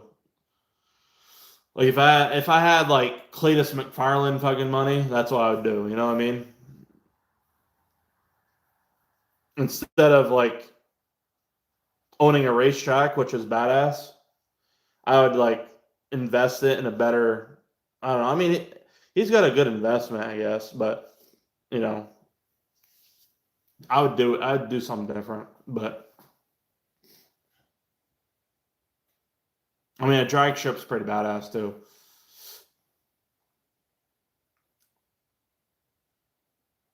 But yeah, I would honestly like fucking like this travel. Like, I'd love to bring my white car to my buddies in Oklahoma and fucking mess with some fucking people that are random that don't know a thing about the WhiteBlurr, and fucking they don't know this white Focus ST. Like, who the fuck is this guy? You know what I mean? You know, until they pull up and it's like, oh yeah, you know, I got, you know, this or that. It's like, okay, whatever, and, you know, and until they fuck around and find out, you know. Pretty much that's it's gonna come down to. I'd love to do that. That'd be awesome content, you know. Get some random fucking people that don't know me at all or the car. God damn, I'm yawning a lot. Yeah, so like around here, everyone knows my car. So it's like, you know what I mean? Nobody wants to really fuck around. I mean, next year, I feel like when I revive the car, since it's been over a year since I've driven it, there's new drivers on the road, new people driving. I've noticed of some new cars on the road that are, you know, different cars I've never seen before. I don't know how you guys see that. Like every year, do you notice like different cars that you wish you'd have fucked with or something like that, and you missed it? It's like you're driving your daily on you, and then you got a car that's trying to mess with you or some shit like that, and you're like, oh damn, I wish I had my fucking hot rod. You know what I mean? Like I'd fucking mess with these people. You know, so I've noticed that this year, and it's like usually when I'm driving my white car, it's like I never fucking notice these cars. It's kind of crazy. So debadging the car because that's debadging. Yeah, I debadged mine, Matt.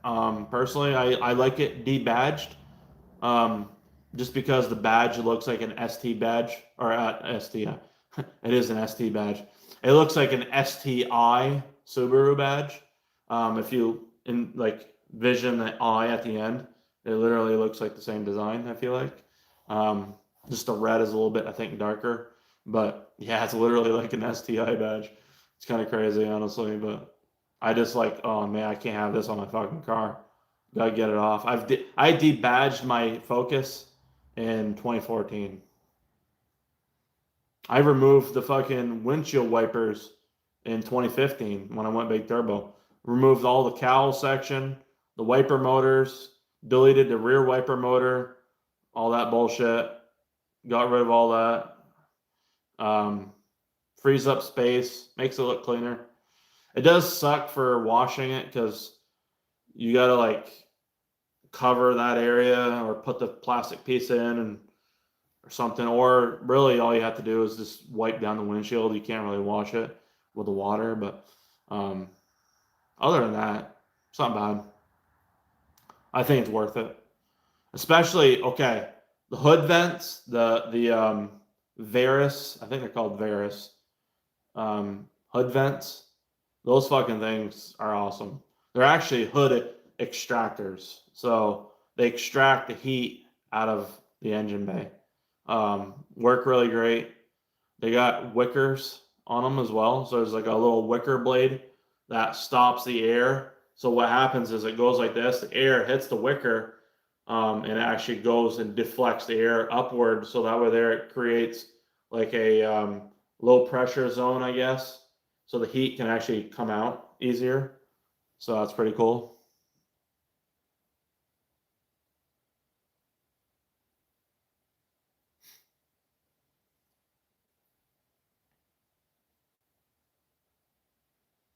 But yeah, there's a lot of shit that I've done to the car to make it like perform to its maximum abilities with cooling and lightweight stuff. And, you know, I haven't gutted the car, you know, like I've kept it pretty much how it should look. I didn't make it look stupid inside gutting it, you know, I didn't want to do that, strip it out like that guy in Valley Crew. He gutted that fucking poor car out and literally netted like, I mean, he's literally not much lighter, and he's like 100 pounds lighter than my car.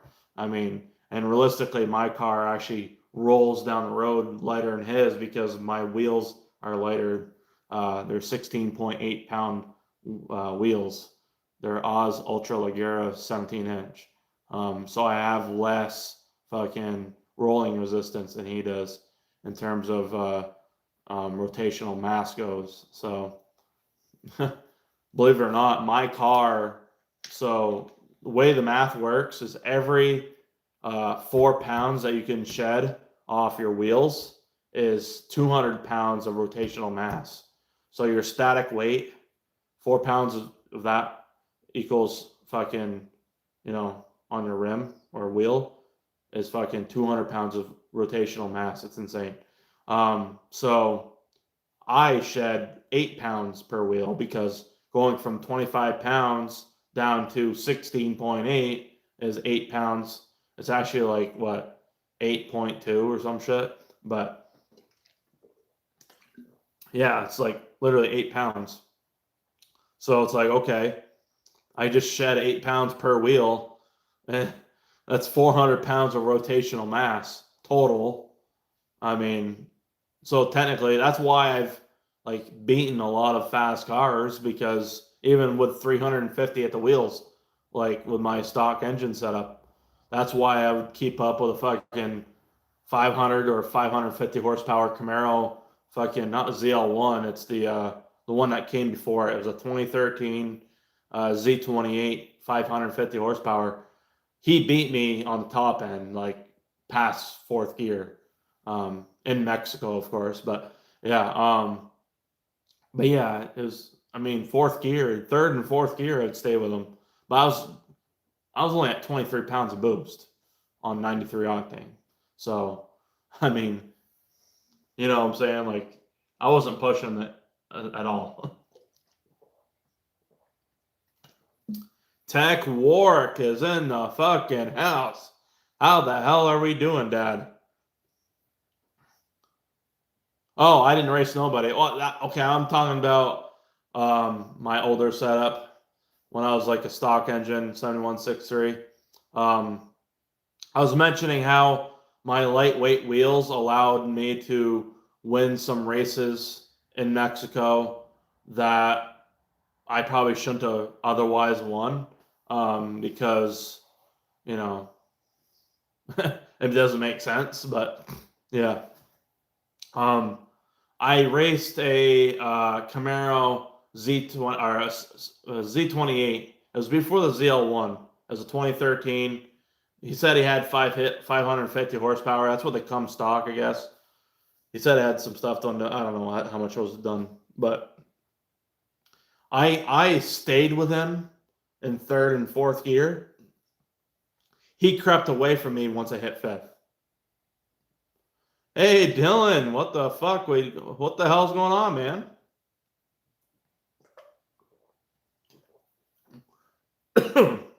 Damn, wrong hole. Woo! Holy fuck, we got everybody up in here tonight.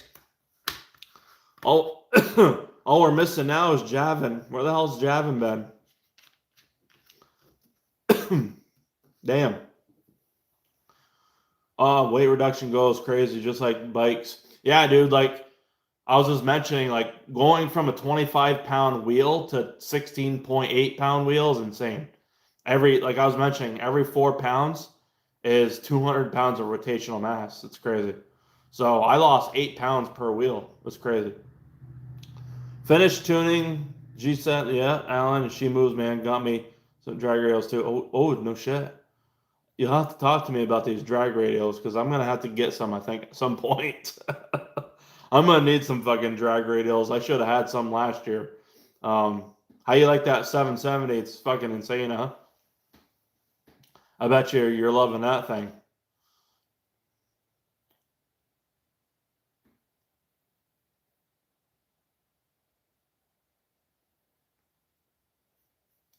Yeah, 200 horsepower on a fucking bike. That's a lot of fucking horsepower. I mean, I don't care. Even like 200 horsepower on 1,000 pound, 1,500 pound vehicle is fucking quite a bit.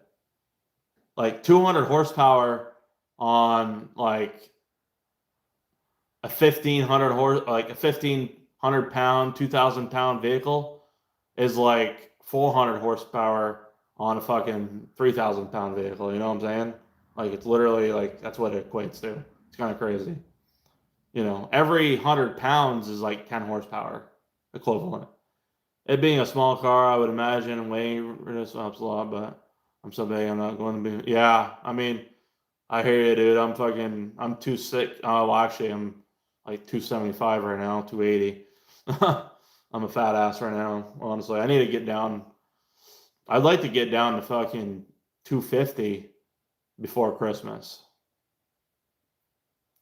It sucks doing like losing weight around this time of year, because it's like, oh, because you got Thanksgiving coming up. But honestly, I should start doing it, because then Thanksgiving's coming up and I'll, be cut down. I can do it relatively quick. I can cut weight pretty quick. It's just so hard to do it. But once you get into it, it's easy. But getting there is the hard part. You know what I'm saying?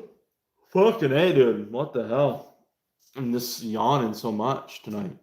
Yeah, I picked up some used 17x8 wheels. They had 245. Holy shit. I don't know if I could fit those on my car. I wish I could. Wow, really? My buddy has one of those 3-wheel things with the GM 4-cylinder in it.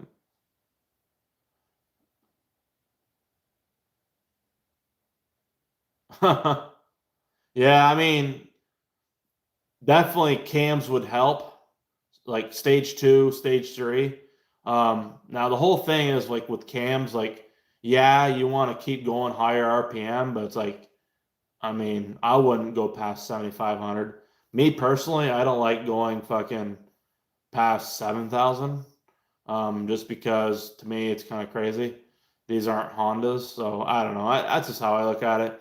I mean, you got to remember these cylinder heads, the back pressure, like more RPMs will equal more back pressure, and fucking cylinder head temperatures do go up go through the roof. So, the way I look at it, it's like, okay, if I'm not pushing it high RPM, I'm not really pushing the heat through it as much. So going with a massive fucking turbo with a big ass turbine wheel helps alleviate that heat as well. Um, I left a lot through though. I can bench. That's crazy. 225 for 43 reps. That's crazy. I don't even know if I can bench 225. I probably could do 1 rep. I don't even know. I've never bench pressed. I mean, I'm decently strong. You know what I'm saying? But I don't fucking like, I'm more natural strong than strong like from going to the gym.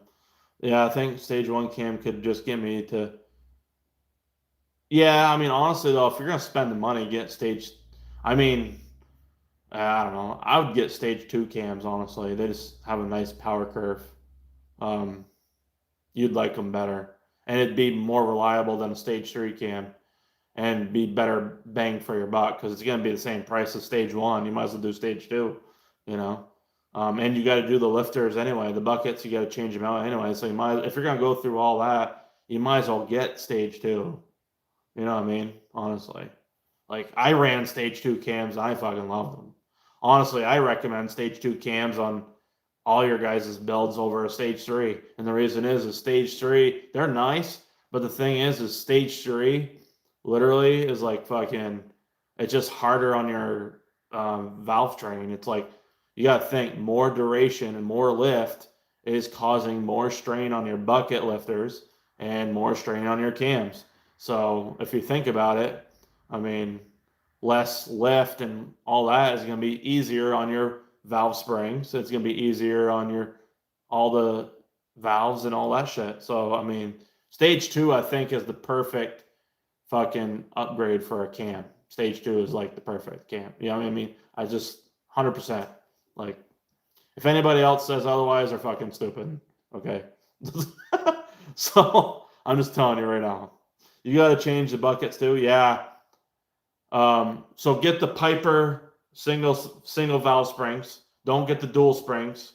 Don't get duals. Just get the single spring Piper spring kit. They have a 45-pound seat pressure, but I'm telling you, that's enough. Trust me. You don't need these 72-pound SuperTech valve springs. Those are good for over 35 pounds of boost or anything over 75. Well, actually, okay. I want to reword that.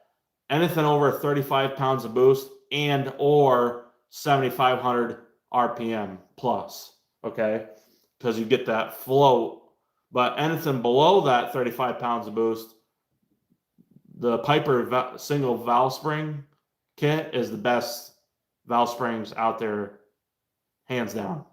Best. They can handle a lot of power. Dakota Gain found the limits, and he told me like 35 plus pounds of boost, you got to go to a 72-pound spring. You know, from SuperTech or something. So if you go with a bigger cam, do you have to upgrade the internals for it to be reliable? I mean, if you're gonna no, you don't have to. You don't have to do the rods and pistons. No, you don't. But that being said, if you're gonna go through all that headache with all the timing and all that bullshit, it's like, why not do it all at once, right? You might as well take the whole fucking thing out, do your clutch, do your transmission, M factory differential, do the synchros if you want to, upgrade the bearings. I mean, yeah, it adds up, but the thing is if you want to do it all at once and do it right, save money doing it that way, you're gonna save money. Yeah, it doesn't make sense personally. He definitely found the limit, but I mean, that's cool that he did, because I mean, it's crazy. If you're gonna touch it internally, you might as well do exactly. It would make no sense. I mean, that's the thing, is like, at least if you're gonna do the engine, rebuild the engine, and you're planning to make 500 plus, you have to fucking upgrade the differential. I don't give a fuck what anybody says, because these differentials, the stock ones, will grenade and destroy your fucking shit. Okay, they will destroy your transmission, especially if you plan on drag racing or launching them. In terms of roll racing, I don't know how much they can handle. I still would say don't go past 500 for reliability reasons. Now, that being said, just the M factory is the way to go. Best bang for your buck, like $700. But yeah, I mean, get the M factory differential from Elliott Specialized Performance. Get the carbon synchros like I did. I got those. It's all you need. You don't need no special fucking transmission bullshit, You don't need to upgrade the fucking this and that. Those are the two things you really need to upgrade. I mean, yeah, it'd be nice to do more shit, like the better shift forks and stuff. Yeah, I hear you 3K for all that.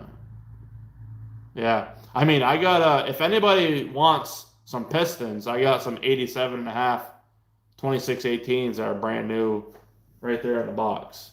They're heavy duty, or extreme duty. How you doing, Bradley? How you doing, buddy? Extreme duty, manly, brand new pistons, 2618s. So if anybody's interested, let me know. Send me an email, whiteblurrst@gmail.com. Also, if you're interested in the upgraded Purge lines for the Focus ST or RS, let me know as well through my email. Yeah, it's been a hell of a stream, guys. I mean, drop some more likes up in here if you guys haven't already. It helps the algorithm. Clearly, you can see you got a couple brand new people that found the stream tonight, because you guys have been doing awesome at fucking liking the stream, and be like, oh, it's allowing other people to see that, oh, there's a Focus ST live stream going on. And guess what? Wow, the algorithm works. You know what I'm saying? Hell yeah, dude. Like, you guys are fucking awesome. Like, we just got like 2 or 3 new people in the chat tonight because you guys have liked the stream. And it just proves right there. Like, the more you do that, the better. And also, liking the other videos that you watch will help get more people into the information that they need. And we're also, okay, so when we go to build this 2.4, I'm going to be redoing some, so I have like a lot of older videos that were like shorts, like for example, and I know I can do a better job at it this time around. So the timing video, for example, so how to time the EcoBoost engine. I'm going to do it in like a 3-minute short. So, because now we're allowed 3 minutes, not 60 seconds. So you have to pack a lot of information in 60 seconds, right? So when I came back on YouTube, excuse me, there was only 60-second shorts. Now there's 3-minute shorts. So that gives me an extra 2 minutes to fucking put the information in, right? That's a long time. It's 3 times more. So, cams, yeah, okay. But yeah, it's crazy. But yeah, you definitely gotta change the buckets out. The reason why you gotta do the buckets is because of the clearances. You gotta have looser clearances on the buckets with the bigger cams. So I think it's stage 1, 3, and 4 are actually the same clearance specs. Stage 2 is the oddball one for some fucking weird reason. I don't know why, but it's I think it's 10 thousandths of a clearance for the intake side, and it's 12 thousandths on the exhaust side for the Piper cams. But I think for the stage 2 on the exhaust side, I believe it's, what is it? Is it 14 thousandths? I think it's a little bit looser for some reason. I think it's 10 and 14. I'll have to look. I have the spec sheet in my binder. Actually, it's right here. Hold on.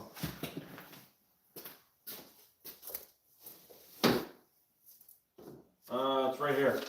Yeah, so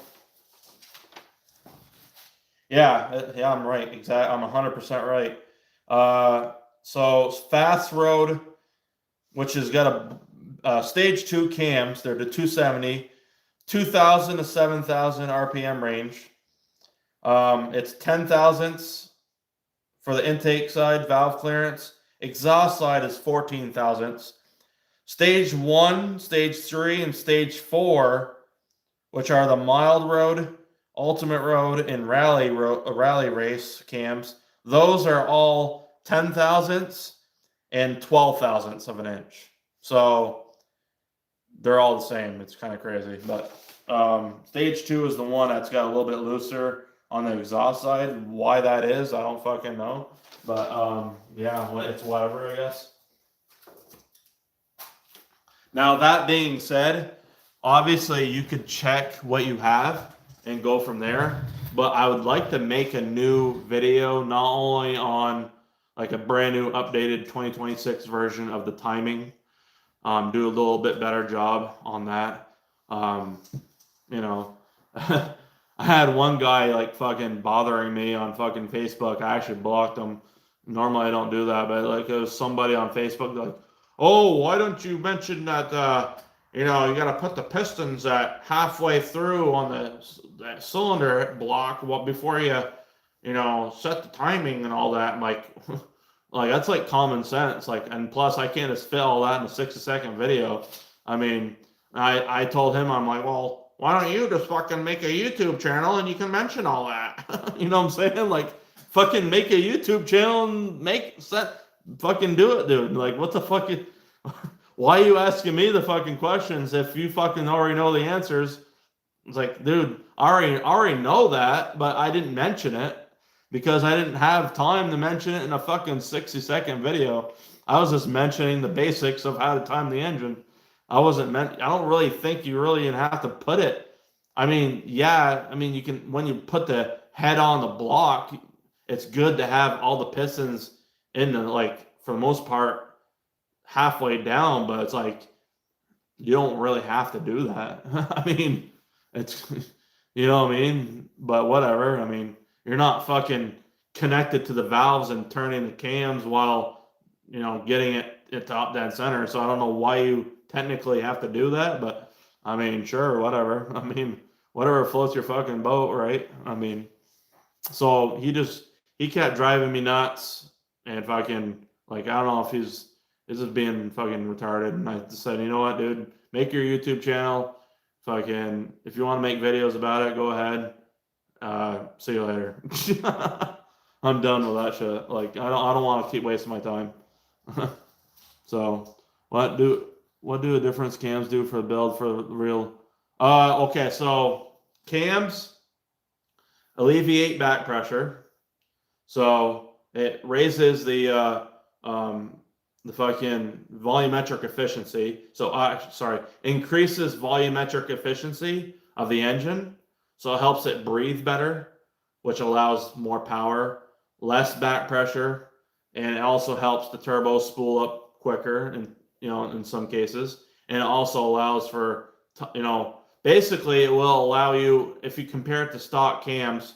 So say you're running stock cams with a 2867, 29 pounds of boost, right? If you upgrade to stage 2 or stage 3 cams, you can make the same amount of horsepower with less boost because your volumetric efficiency is higher, allowing your engine to breathe better with less back pressure. So therefore, you actually don't have as much of a restriction, which means more restriction equals more boost. That's where boost pressure comes from, is a restriction in the system. So when you have less restriction, you make less boost with the same amount of horsepower. That's why Hondas can make shit ton of power with low boost, because they don't have much restriction on their cylinder heads. But that's also why they have low torque as well, because there's so much flow. It's crazy. But yeah, so with our cars, they're high torque because of the velocity of the internal fucking chamber of the way it's set up. Yeah, no, cams are definitely giga. In terms, like, a lot of people don't really understand what fucking cams do, and that's why I'm here to honestly answer that. And I'm glad you asked that question, because now it just helped probably a few hundred people and know that. But yeah, it's literally, that's what it is. I mean, you're increasing your volumetric efficiency, you are lowering your back pressure numbers. So by lowering your back pressure on your cylinder head, you're therefore now allowing for more horsepower, less boost, or the same amount of horsepower with less boost pressure. You're changing the exhaust note a little bit of your engine. It's going to sound a little bit more aggressive on the exhaust side. What would be the rally? The rally cam is a 300 duration cam. It's fucking crazy. It's a stage 4 cam. And yeah, it's a rally cam. I mean, it would be the most aggressive. Well, it's technically not the most. You could actually have one made more aggressive than that. But I asked Piper Cams if they could do a 320, and they can. It's kind of crazy. But your idle would have to be set at like 2,000 RPMs for it to take off properly. Because at 1,100 RPMs, like I suggest, would not be high enough for a fucking... Like, with a rally cam, I think I would have it set at like 1,500 RPM for idle. Just because, like, imagine yourself with a cam and a lightweight flywheel on a hill trying to take off. Like, it takes a lot more throttle just to take off, because you gotta have your idle set higher than what you traditionally would. That's why I recommend 1,100 generally. But yeah, like, I mean, a rally cam sounds insane. Like, if you ever heard one, there is a video of a guy with a rally cam on my channel. I think it's the only video on YouTube that has a stage 4 Focus ST cam on YouTube. I mean, it's that blue ST with a G25 660 2.3 with an ST cylinder head, and stage 4 cams. It's crazy. He made like 520 with it. What's your recommended gap for spark plugs? So depends on what you have for a setup. I recommend Brisk racing plugs for one. But okay, so stock turbo tuned. Okay, so let's just start with stock turbo. Stock turbo range with a tune is going to be, so factory is 30 thousandths to 32 thousandths, okay? That being said, with a tune stock turbo, I recommend 26 thousandths. I don't recommend NGK 6510s personally, because the gap opens up on them a lot sooner. The fuck is that? Hear that fucking car? The fuck? That's kind of crazy. Anyway, so I recommend the Brisk RR14YS between basically stock turbo stage 3 bolt-ons up to 350 at the wheels. 26 thousandths is fine. Once you start going big turbo, so say between 350 wheel horsepower and like 400, you're going to be around that 25 thousandths mark. If you're over 25 pounds of boost, between 25 and 30 pounds of boost, you want to be around 22 to 24 thousandths for a gap. Brisk have no, and they're great. Yeah, dude, the fucking Brisks are awesome, honestly. Is that a Focus?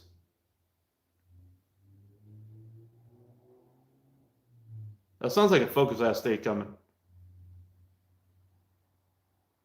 Hold on. Listen to this car.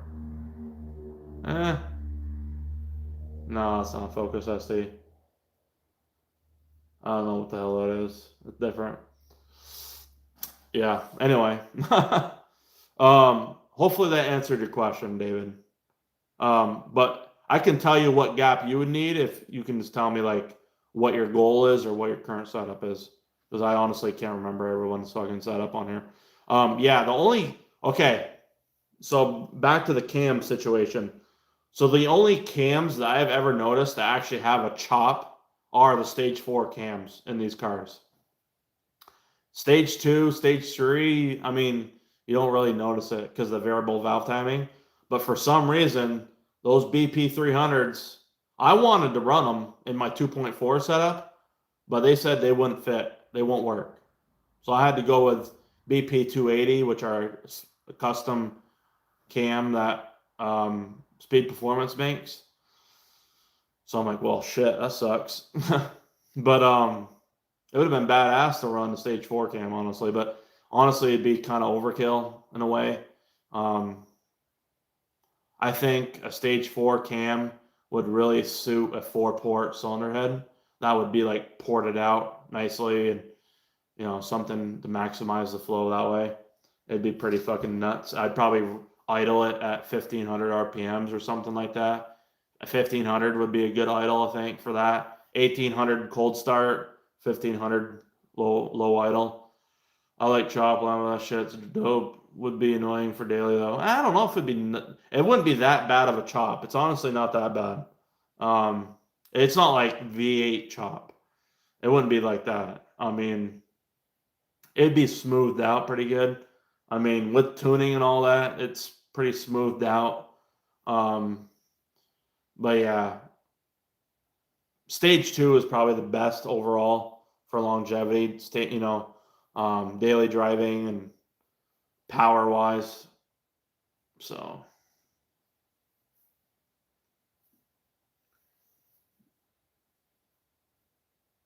yeah, we're 2 hours in, 12 likes. We've had 70 views. That's fucking awesome.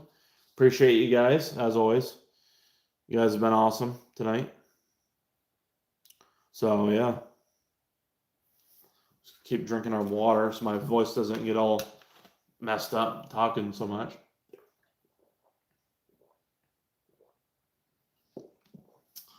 So yeah, I'm thinking of so the next video series, which is in 2026, early 2026.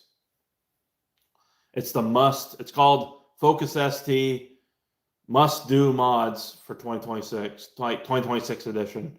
Top 5. I think it's gonna be called Top 5 Must Do Mods. Now, what the difference is with must do and must have is like you must do these mods right now versus you want to have these mods. There's a difference. That's how I look at it. Whoa, oh shit. How we doing, Aria?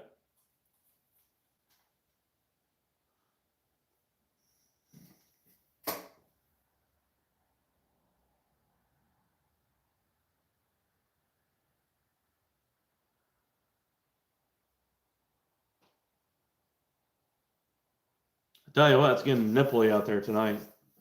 Fucking, what is it? 58 degrees in here. We're gonna have to get a propane heater.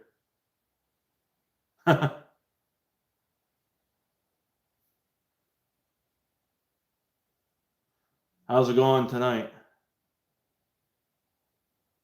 You guys gonna watch a movie or something or what? Or are you just chilling?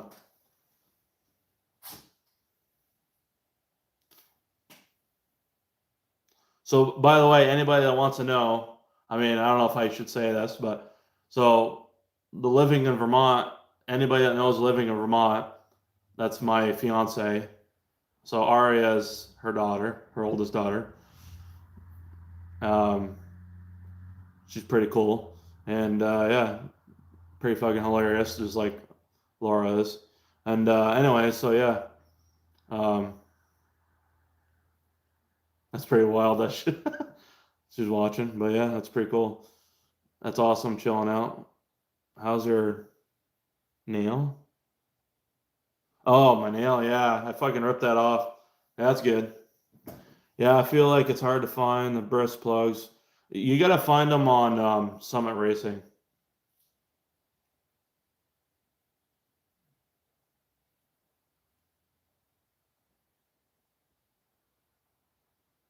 Oh, it's all good.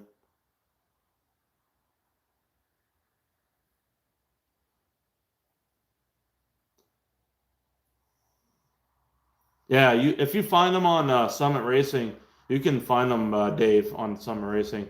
Just type in like, well, okay, so your BNR 71 E50. So probably I'd say fucking the the Brisk RR14S plugs would be the ones you would want. I'm guessing you're between like 350 and 400.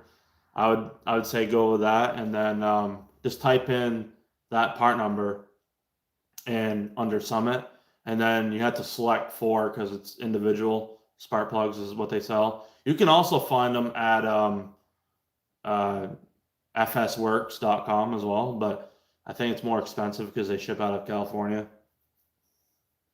Chillin' buddy has some kind of natural gas heater. Yeah, I'm gonna need a different heater because last year I was literally fucking cooking myself. Have a good night, Jackson. Um, yeah, so um, yeah, I was literally cooking myself with a fucking propane, or not my what was it, the kerosene heater. Literally like smoking myself out because of the exhaust from it and shit.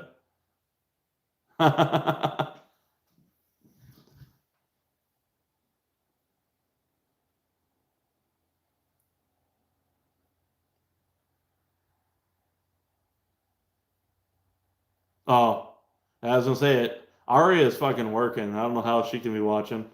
That's hilarious. Have a good night, Allie. Yeah, that's the grandkids, if anybody wants to know. But yeah, appreciate you guys dropping in here. That's awesome. Kerosene is great for a garage though. Cannot. Yeah. Hell yeah.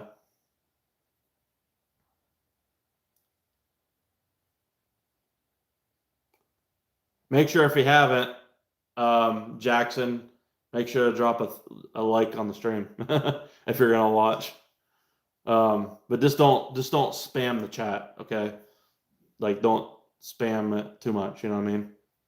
But I appreciate you watching.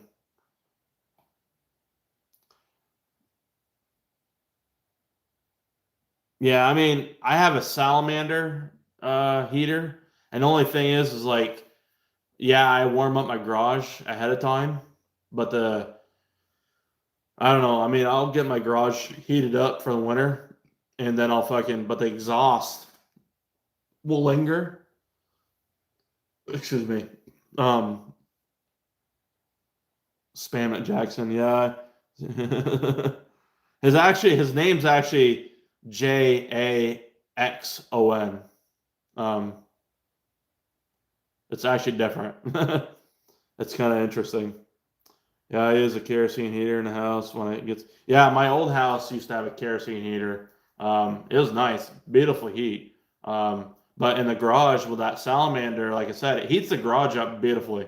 The only problem is the exhaust smell lingers, and it's just like it burns my eyes. So mine burns, cleans it like a cylinder, but also.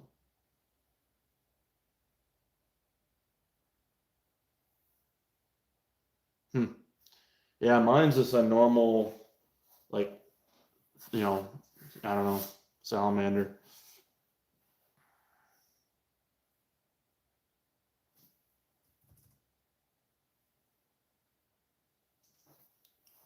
The fuck just happened?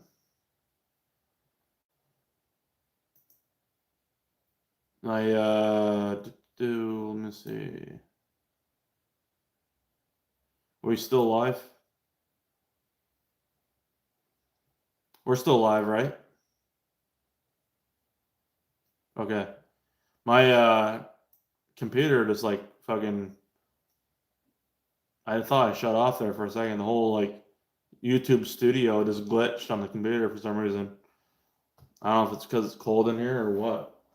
It is like it's like 56, so yeah. Is anybody playing that new? I don't know. It's kind of a weird question. Is anybody playing that new NASCAR 25 game? Or I don't know if anybody even plays NASCAR or likes NASCAR in here, but I know the new NASCAR game is pretty badass. Honestly, if you guys, I mean, it's fucking realistic because it's made up by iRacing, um, so it's pretty badass. Honestly, I mean, for a NASCAR game, it's on par as one of the greatest NASCAR games ever made for sure. Um, Mine is where is my heater? Yeah, mine's a master. Um,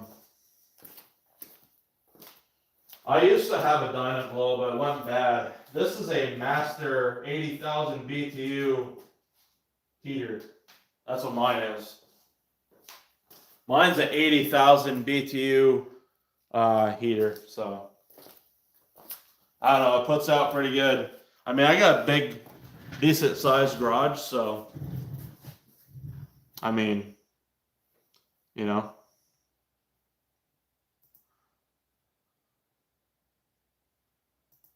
yeah.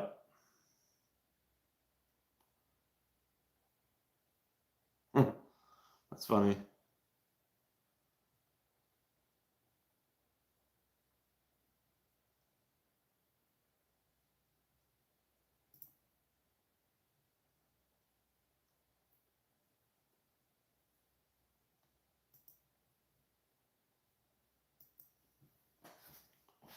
Yeah, it is chilly in here. I need to close this top up again. It'll actually help hold some of the heat. Um, I guess one new thing that came in was I have some new boost line for the new setup. So I got it from Evil Energy. So I got some new boost hose. It's 1/4 inch silicone, nothing crazy fancy, but this is my new silicone hose. It's from Evil Energy off Amazon. You know, nothing fancy, like I said. I use the factory little squeeze clamps here, and they work great on the boost solenoid. This is some older hose here, and it's still good. Honestly, I'm just gonna keep this for spare stuff that I need. But yeah, I got that. And once I'm out of the old, um, shrink tube here, which is 3/4 inch, I got some 1 inch stuff, which is wider, so that way there I have more room for the purge lines, and it's just gonna be a lot easier for me to slip it on and not to worry about being a really tight fit, and I can still shrink it down good, and I can also use them for my fuel lines if I have to. So it'll be an all-in-one type of situation. Yeah, mine sounds definitely like a jet engine. Yeah, 100%. Yeah, yeah, mine sounds like a jet blower going off. for sure.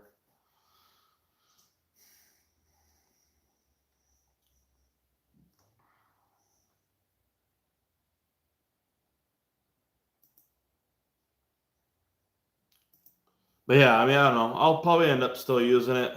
I just don't know if it's really healthy to fucking stay in a garage with fucking exhaust fumes lingering from a kerosene heater or not. But yeah, so I don't know.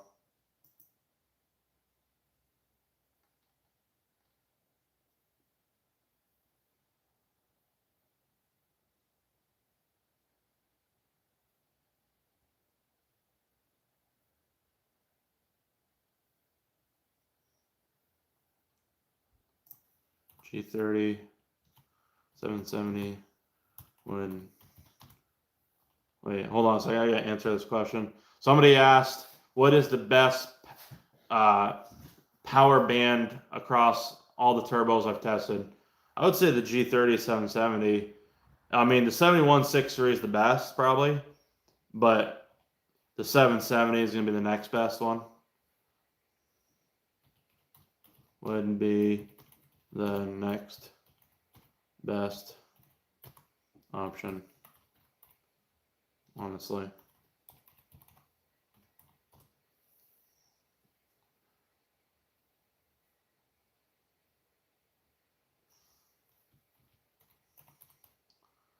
Actually, live streaming.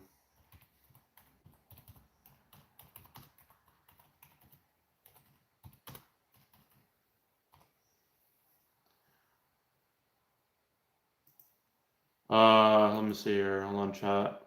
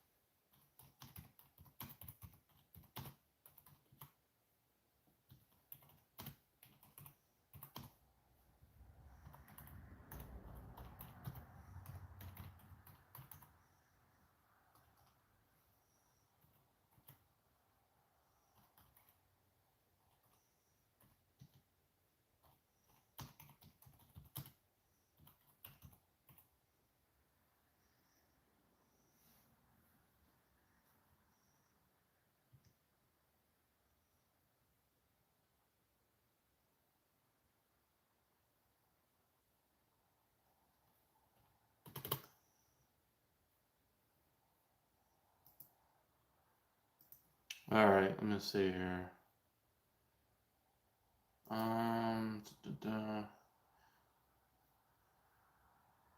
Hell yeah, boys. We're still good, right? The live stream's still good.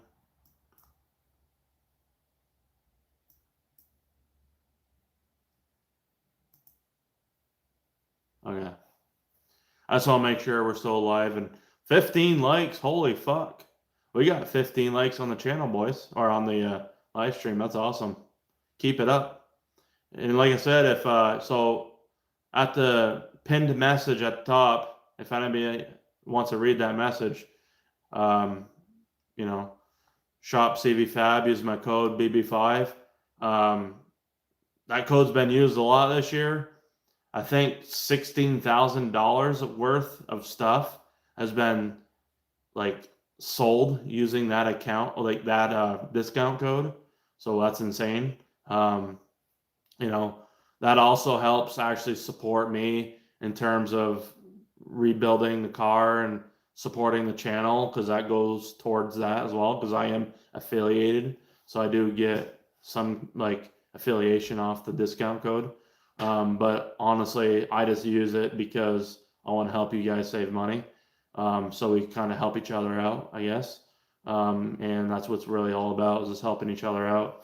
One hand washes the other. And then obviously, you can contact me at whiteblurrst@gmail.com. And, we got the upgraded Purge lines. We got 2 left for the month of October. And then we'll be making a new batch once these 2 sell out. for November. It'll be another batch of 3 or 4 that we normally make for every month. And we might have a special, like, you know, we might lower the price for like the week of Black Friday or something down to like $250, because normally they're like $260. USPS keeps fucking increasing the shipping costs, but I haven't increased the price of the Purge line. So, and the Purge valves actually have increased in price, but I still haven't increased. I don't want to increase the price of the Purge line, because that's honestly not fair. You know, so, you know, a couple dollars here and there isn't gonna really kill me too much. I'm not really concerned about it. I'd rather just get a really high quality product out to you guys that you guys can enjoy for years to come, and never have to worry about, you know, that shit again. Yeah, I saw a note on the post office door about the rates through the fucking hall. Oh yeah, that's right. Yeah, they did say it's going up because of the holidays. So I guess they drop it after the holidays.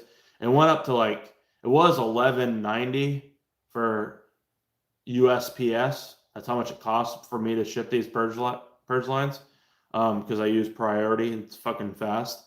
But now it's like $1 more. But I guess it's because of the holidays. Hopefully they drop it back down after. But I don't know. That's just crazy, honestly. They obviously take advantage of the fucking market, don't they? They stick it right to you, Black Friday style, huh? It's kind of crazy. It's insane. 16 likes. That's crazy.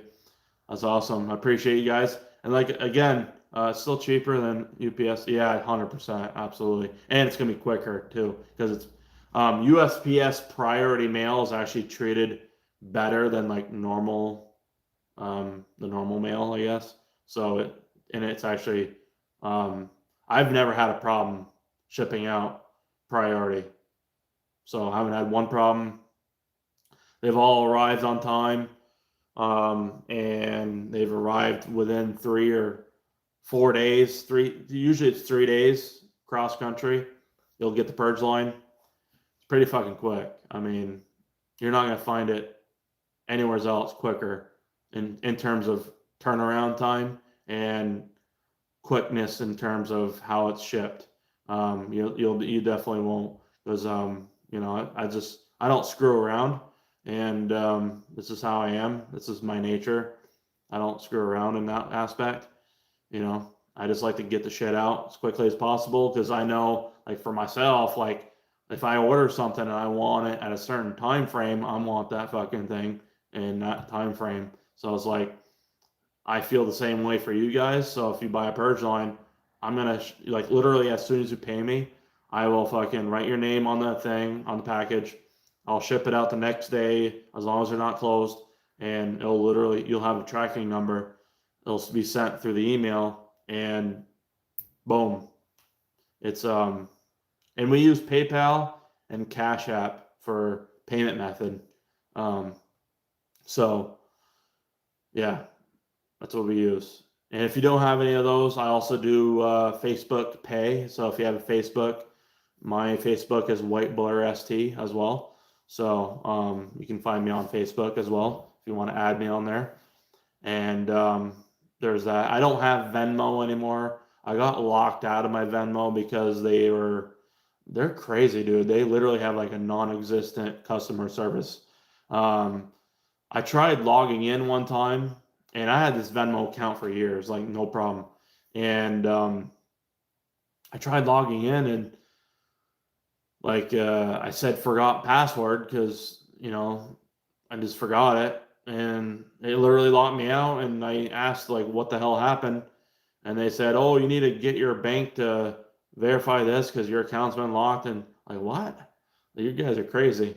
And I've tried to get it figured out, and they don't reply back, and it's kind of crazy. So it's whatever at this point. And you can't recreate a new one because it has to reuse that same phone number, which that phone number is tied to that account, which they won't delete or deactivate, which is insane. But yeah, so Kind of crazy. Oh shit, man! I'm freaking beat tonight. So, by the way, yeah, Cash App is honestly giga. I mean, not only, I mean, the thing is, I'm not out to like scam anyone. So the reason why I use Cash App because it's so fucking nice and quick and easy to use. And oh, you're good, buddy. Yeah, just email me at whiteblurrst@gmail.com. It's pinned at the top, highlighted.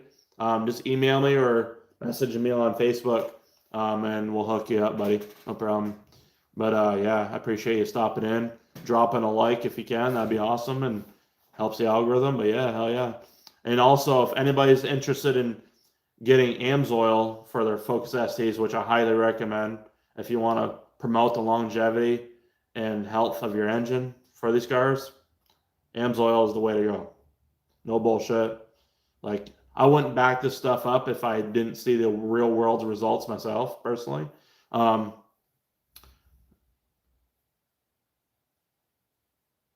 Yeah, I mean, PayPal, I never have problems with. I've sold hundreds of things through PayPal since 2020. Like I've bought in car, I've sold so many car parts through PayPal. The thing is Cash App is just a lot more convenient, and you don't have to worry about getting charged the goods and services bullshit. Because me personally, like how I work is like, okay, if you know me and like obviously we're friends on Facebook or whatever, like on here, like you know that I'm not out to fucking scam anybody. So it's like a handshake deal. Like literally, like once you pay for this purge line, I'm not gonna fucking not send it to you. You know what I mean? That'd be fucking stupid on my part. That'd be like so dumb. You know what I'm saying? Like it's a handshake deal, and like that's how it is, right? So Cash App is a handshake deal. It's something that you have to trust someone with, obviously. So if you don't, I would not use Cash App for someone that you don't know or trust. And obviously, like I said, I'm not like that, so that'd be crazy. But I've been pushing your purges on the sub. Hell yeah, man, I appreciate that. You're awesome. Yeah, I mean, honestly, I don't really fucking advertise the purge lines a lot. Um, I'm not really trying to fucking sell a shit ton of them. I mean, I do them in batches because it's better quality control that way.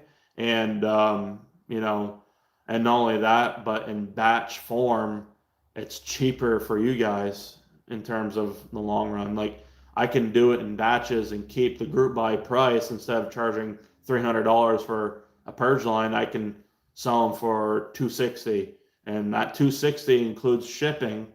Um, like I said, so but yeah, I mean, it literally costs $200.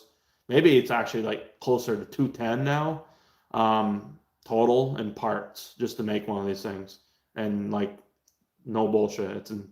I mean, it's the reason is because like you can make a cheaper one for sure, 100%. But it's like, why would you want to go that route when it's not going to be, really that any worth of shit?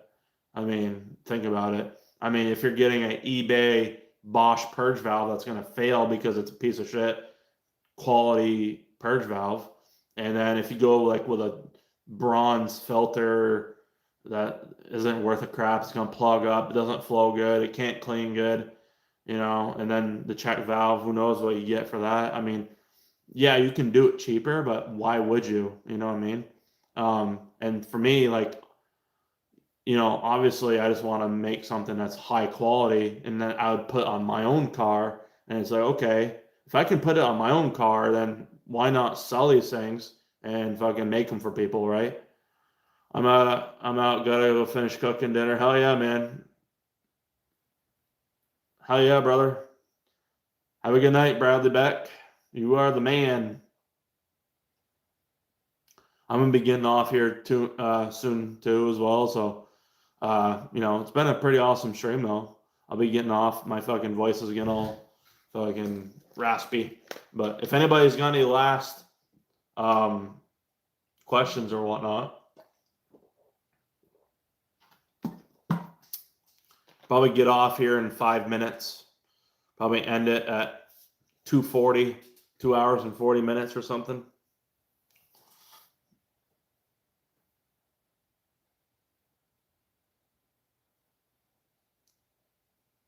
Been an awesome fucking stream though. Appreciate all you guys as always up in here.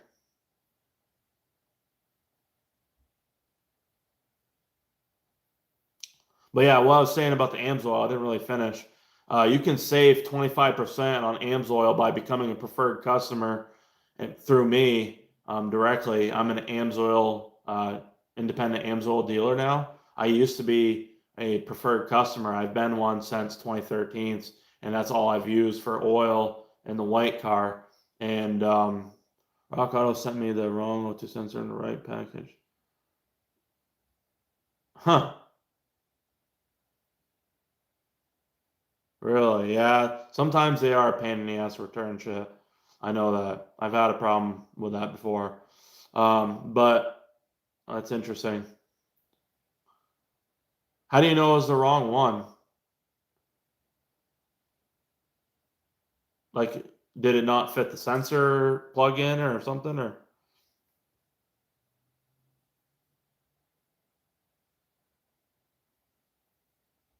like it didn't fit? Oh, really? That's interesting. Maybe you got the wrong. You got the part number that I showed you? I got the boxes up there. Here.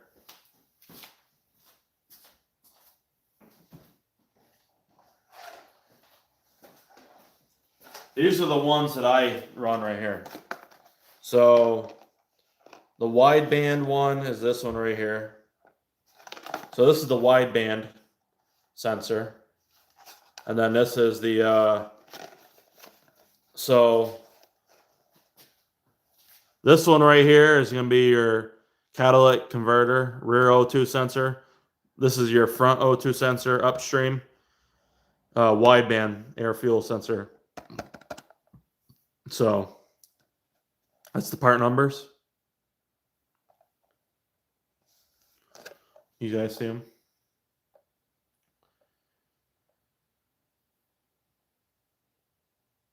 There you go. Yep, you can see them. Okay.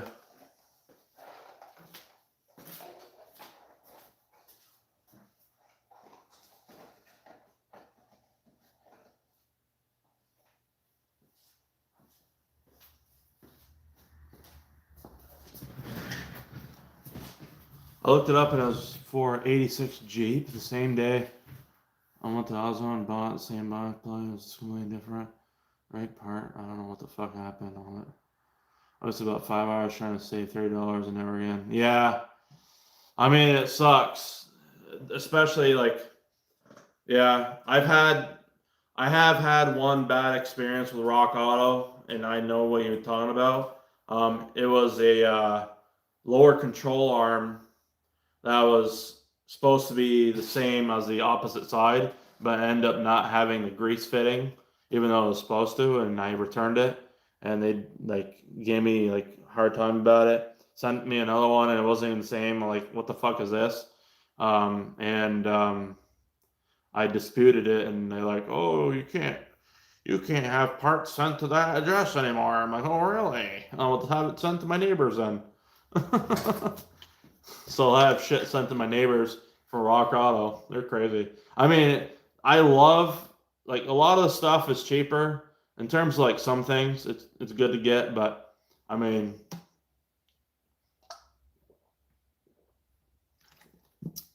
like, for some, you know, like the injectors, the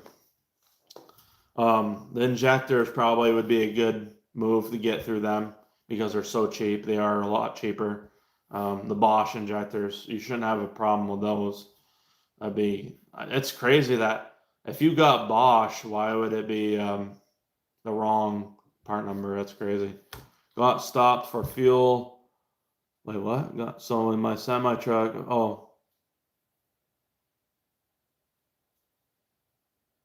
got stopped for sale. So my semi truck could burn 13,000 gallons. How much does that hold? 500 gallons or 250 gallons or something? How much does it hold?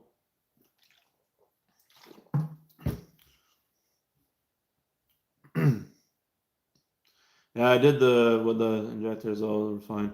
I think they fucked it up with the Bosch factory. Huh. Yeah, that's rare for a Bosch. Yeah, they must have fucked it up. You know what you should have done, honestly, is not went through. Okay, so this is what you could have done, Matt. Instead of going through Rock Auto for that, I would have went through Bosch. I would have tried to get a hold of Bosch and be like, hey, you guys sent me the wrong fucking part. It came from Rock Auto, but if it came from the factory, technically they should, as long as you got the receipt. Oh, I guess 500 gallons is probably too much. Honestly, it's been so long, so it's been a while. Honestly, normally I thought bigger ones I think can hold more than that, but I guess 200 maybe is what they can. I don't know. Honestly, I forgot how many. Our yard trucks could probably do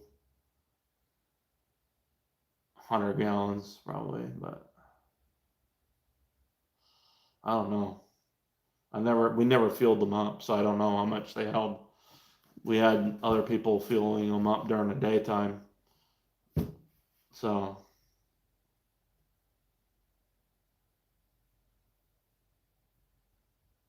that's crazy. Yeah, I don't know. So there's a part number. Okay, wait.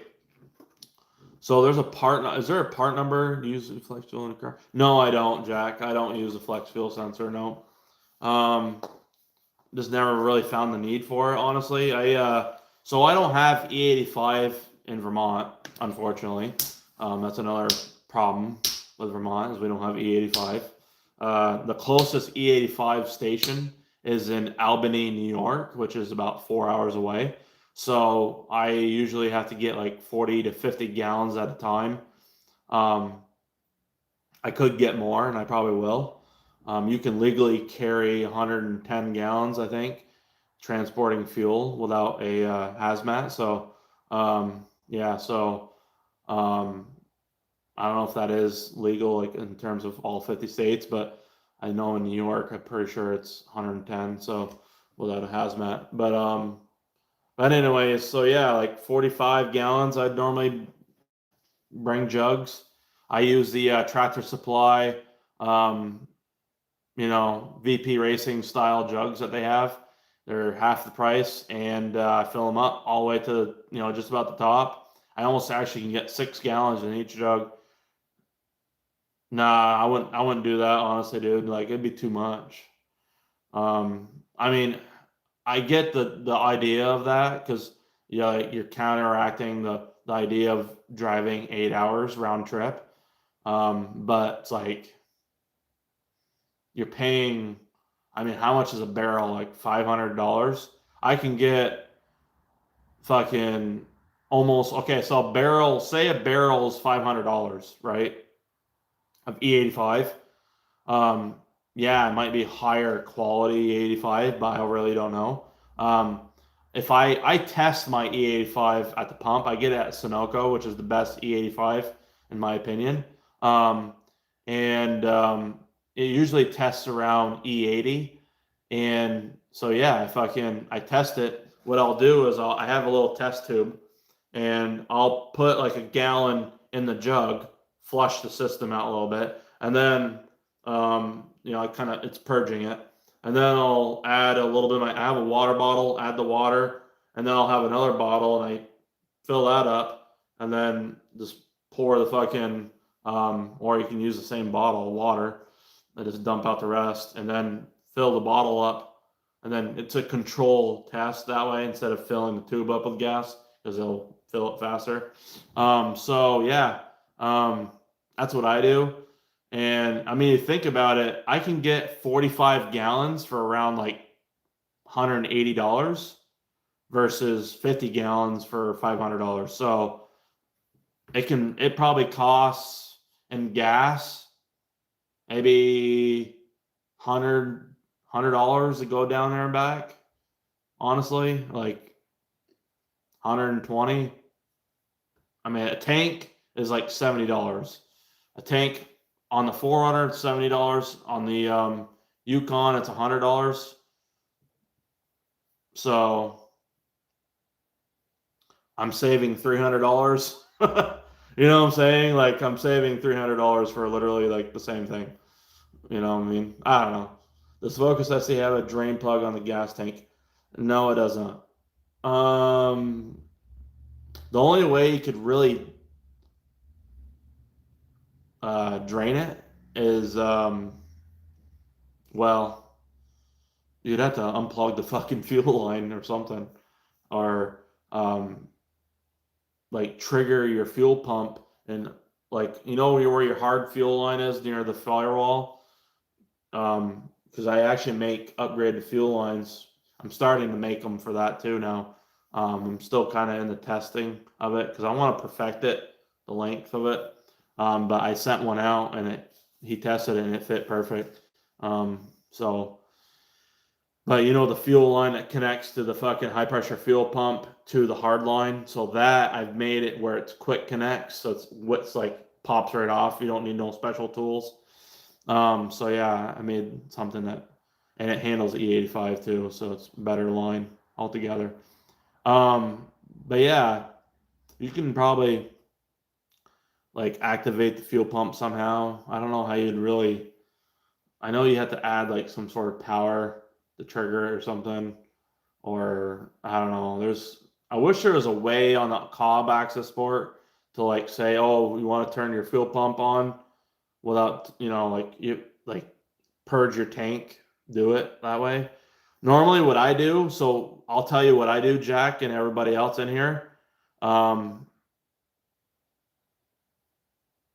But yeah, anyways, so what I normally do is I'll run my tank of 93 as low as possible, like normally 20 miles to the empty. I'll run it down that low, and what I'll do is I'll monitor my air fuel ratio. So I average about 28, 29 miles per gallon on 93 pump gas. I know for a fact when I'm switched over to E85. So what I'll do, this is what I do. So I'll fill it up with E85 with some 93 still left in there, and so what I'll do is I'll leave it on the 93 tune until I see my air fuel ratios starting to fluctuate, and also I'll drive like 50 miles an hour, 45, 50 on a nice road, and I'll literally start watching so I'll have my miles per gallon reset, so it's in real time. So it'll move faster. The average will move faster. So when you reset it, it might be at like 27, 28, whatever you get for normal driving. And then it'll start dropping quicker and quicker down to like 21, 22. That's when okay, I need to switch. I'm going to pull over, shut the car off, switch the tune to the E85 map. Now I'm good to go. And vice versa. That's what I do when I switch from E85 to 93. That's what I also do for that. You don't have to drain the tank out. That's how I do it. I monitor my air fuels, and I just basically monitor the fucking miles per gallon. I reset the miles per gallon, and I monitor that. So, like if my air fuel ratio is bouncing around and not staying like steady 14.7, I know for a fact that okay, it's seeing the fluctuation in the fuel density and all that shit. So it's like, okay, I gotta switch this map over, and then you're good to go. So yeah, honestly, that's it's funny. I actually got that idea from just like doing it myself.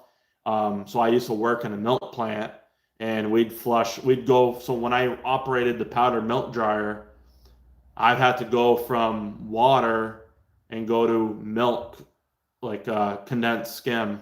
So you had to push the water out and ramp up the pressure to make up for the density of the fucking condensed skim and adjust the temperature of the exhaust and everything, natural gas incoming and all the pressures and all that shit. It's, $20 million machine fucking, operating, making powdered milk. You gotta fucking know what you're doing. So yeah, I mean, I kind of understand a lot of the flow dynamics of that, and like I kind of can incorporate what I know from doing that job and like into what my car stuff is with the flow and valve. Like this, a lot of stuff can kind of carry over, in that aspect for some things, so yeah.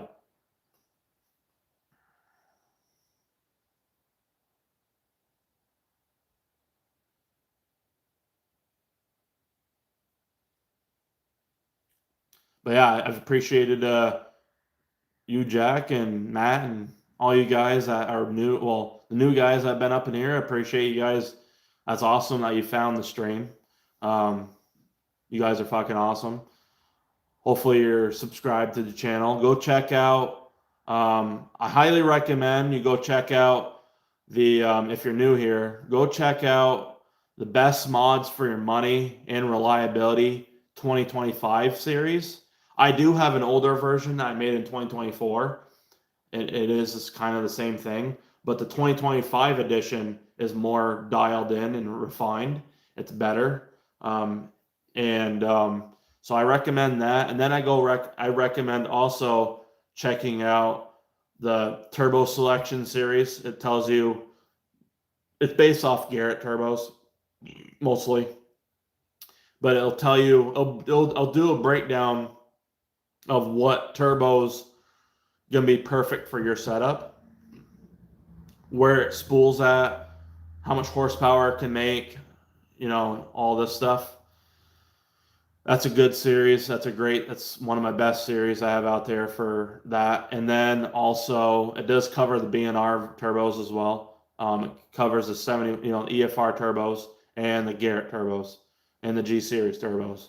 And then, so following the best mods for your money and reliability 2025 edition is the built engine series 2025 edition. So that follows that in basically in order. So that goes from stage 1 to stage 3 plus, I think. So yeah. And then we're going to have some more new series coming out. We're going to have newer, updated timing videos and valve lash video. We're going to have a new updated version for that because now we can do 3-minute long shorts and not fucking 60 seconds. So we can have more information packed in there at a slower rate so you guys can actually understand what the hell I'm talking about.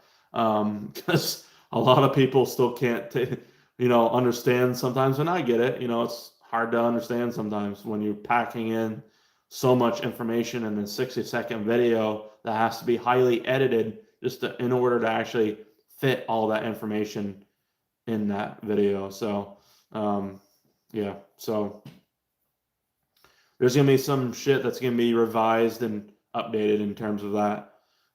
So yeah, keep a lookout for that. Obviously the 2.4 stroker series, and then we still got the Dark Knight ST series, which is a great series for the rebuild, DIY rebuild OEM plus.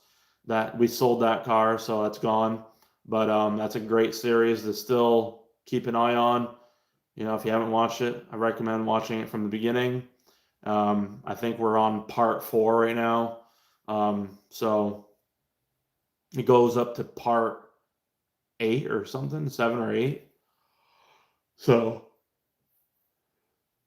and then there's like some like smaller videos that are shorts or unboxing videos for the parts I got for that car, which is also in between the longer videos. So it kind of like intertwines with each other. Yeah, so it's pretty neat. That's a great series. And then, yeah, so 2026 is around the corner. You know, it's going to be an awesome year. And can't wait, honestly. So, appreciate you guys. I think we're going to hop off here. And if you guys don't have any more questions, we'll, you know, I'm going to be honest with you guys. I was up until 6, I think it was 6 a.m. this morning, and I woke up at like 10 o'clock. So I'm only on like 3-4 hours of sleep. So my eyes are like bugging out of my fucking head, and yeah.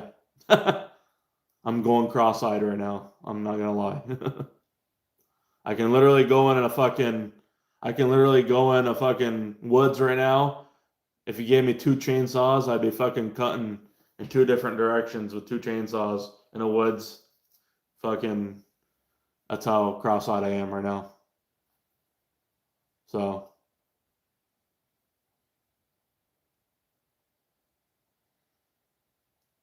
fucking Smokey the Bear wouldn't have nothing on me, I can promise you. He'd be pissed off, actually. But yeah. Let's see, the NASCAR race. Talladega is this weekend, my favorite track, NASCAR. If anybody likes NASCAR, Talladega Super Speedway, the largest oval in the United States, it's on this weekend. Very fast track. I don't know what else is on other than that, but hell yeah, fucking. Other than that, boys, have a great weekend. And honestly, I hate the fucking. I shouldn't end it in 3 minutes. I like to end it like at an even number now. We're at 2 hours and 57. Go Ricky Bobby. Yeah, dude, it's gonna be an insane race. It's literally like, so they're in the round of 8 right now. It's a stupid playoff system that you're at. So whoever wins, that's locked into the playoffs now. We'll lock in for the Final Four, for the championship, final race bullshit, whatever. So there's only 2 more races for that. Appreciate you, brother. Have a good one. See you in the next stream. Hell yeah, man. I appreciate you, as always. If you have any more questions outside of here, you can email me at whiteblurrst@gmail.com with 2 R's. Find me on Facebook as well. Like I said, appreciate you guys. Love you all. You guys are awesome. And yeah, so yeah, I'm going to bed early tonight, boys. So have a good night, guys. Appreciate you all. Till next time. This was LiveStream 36.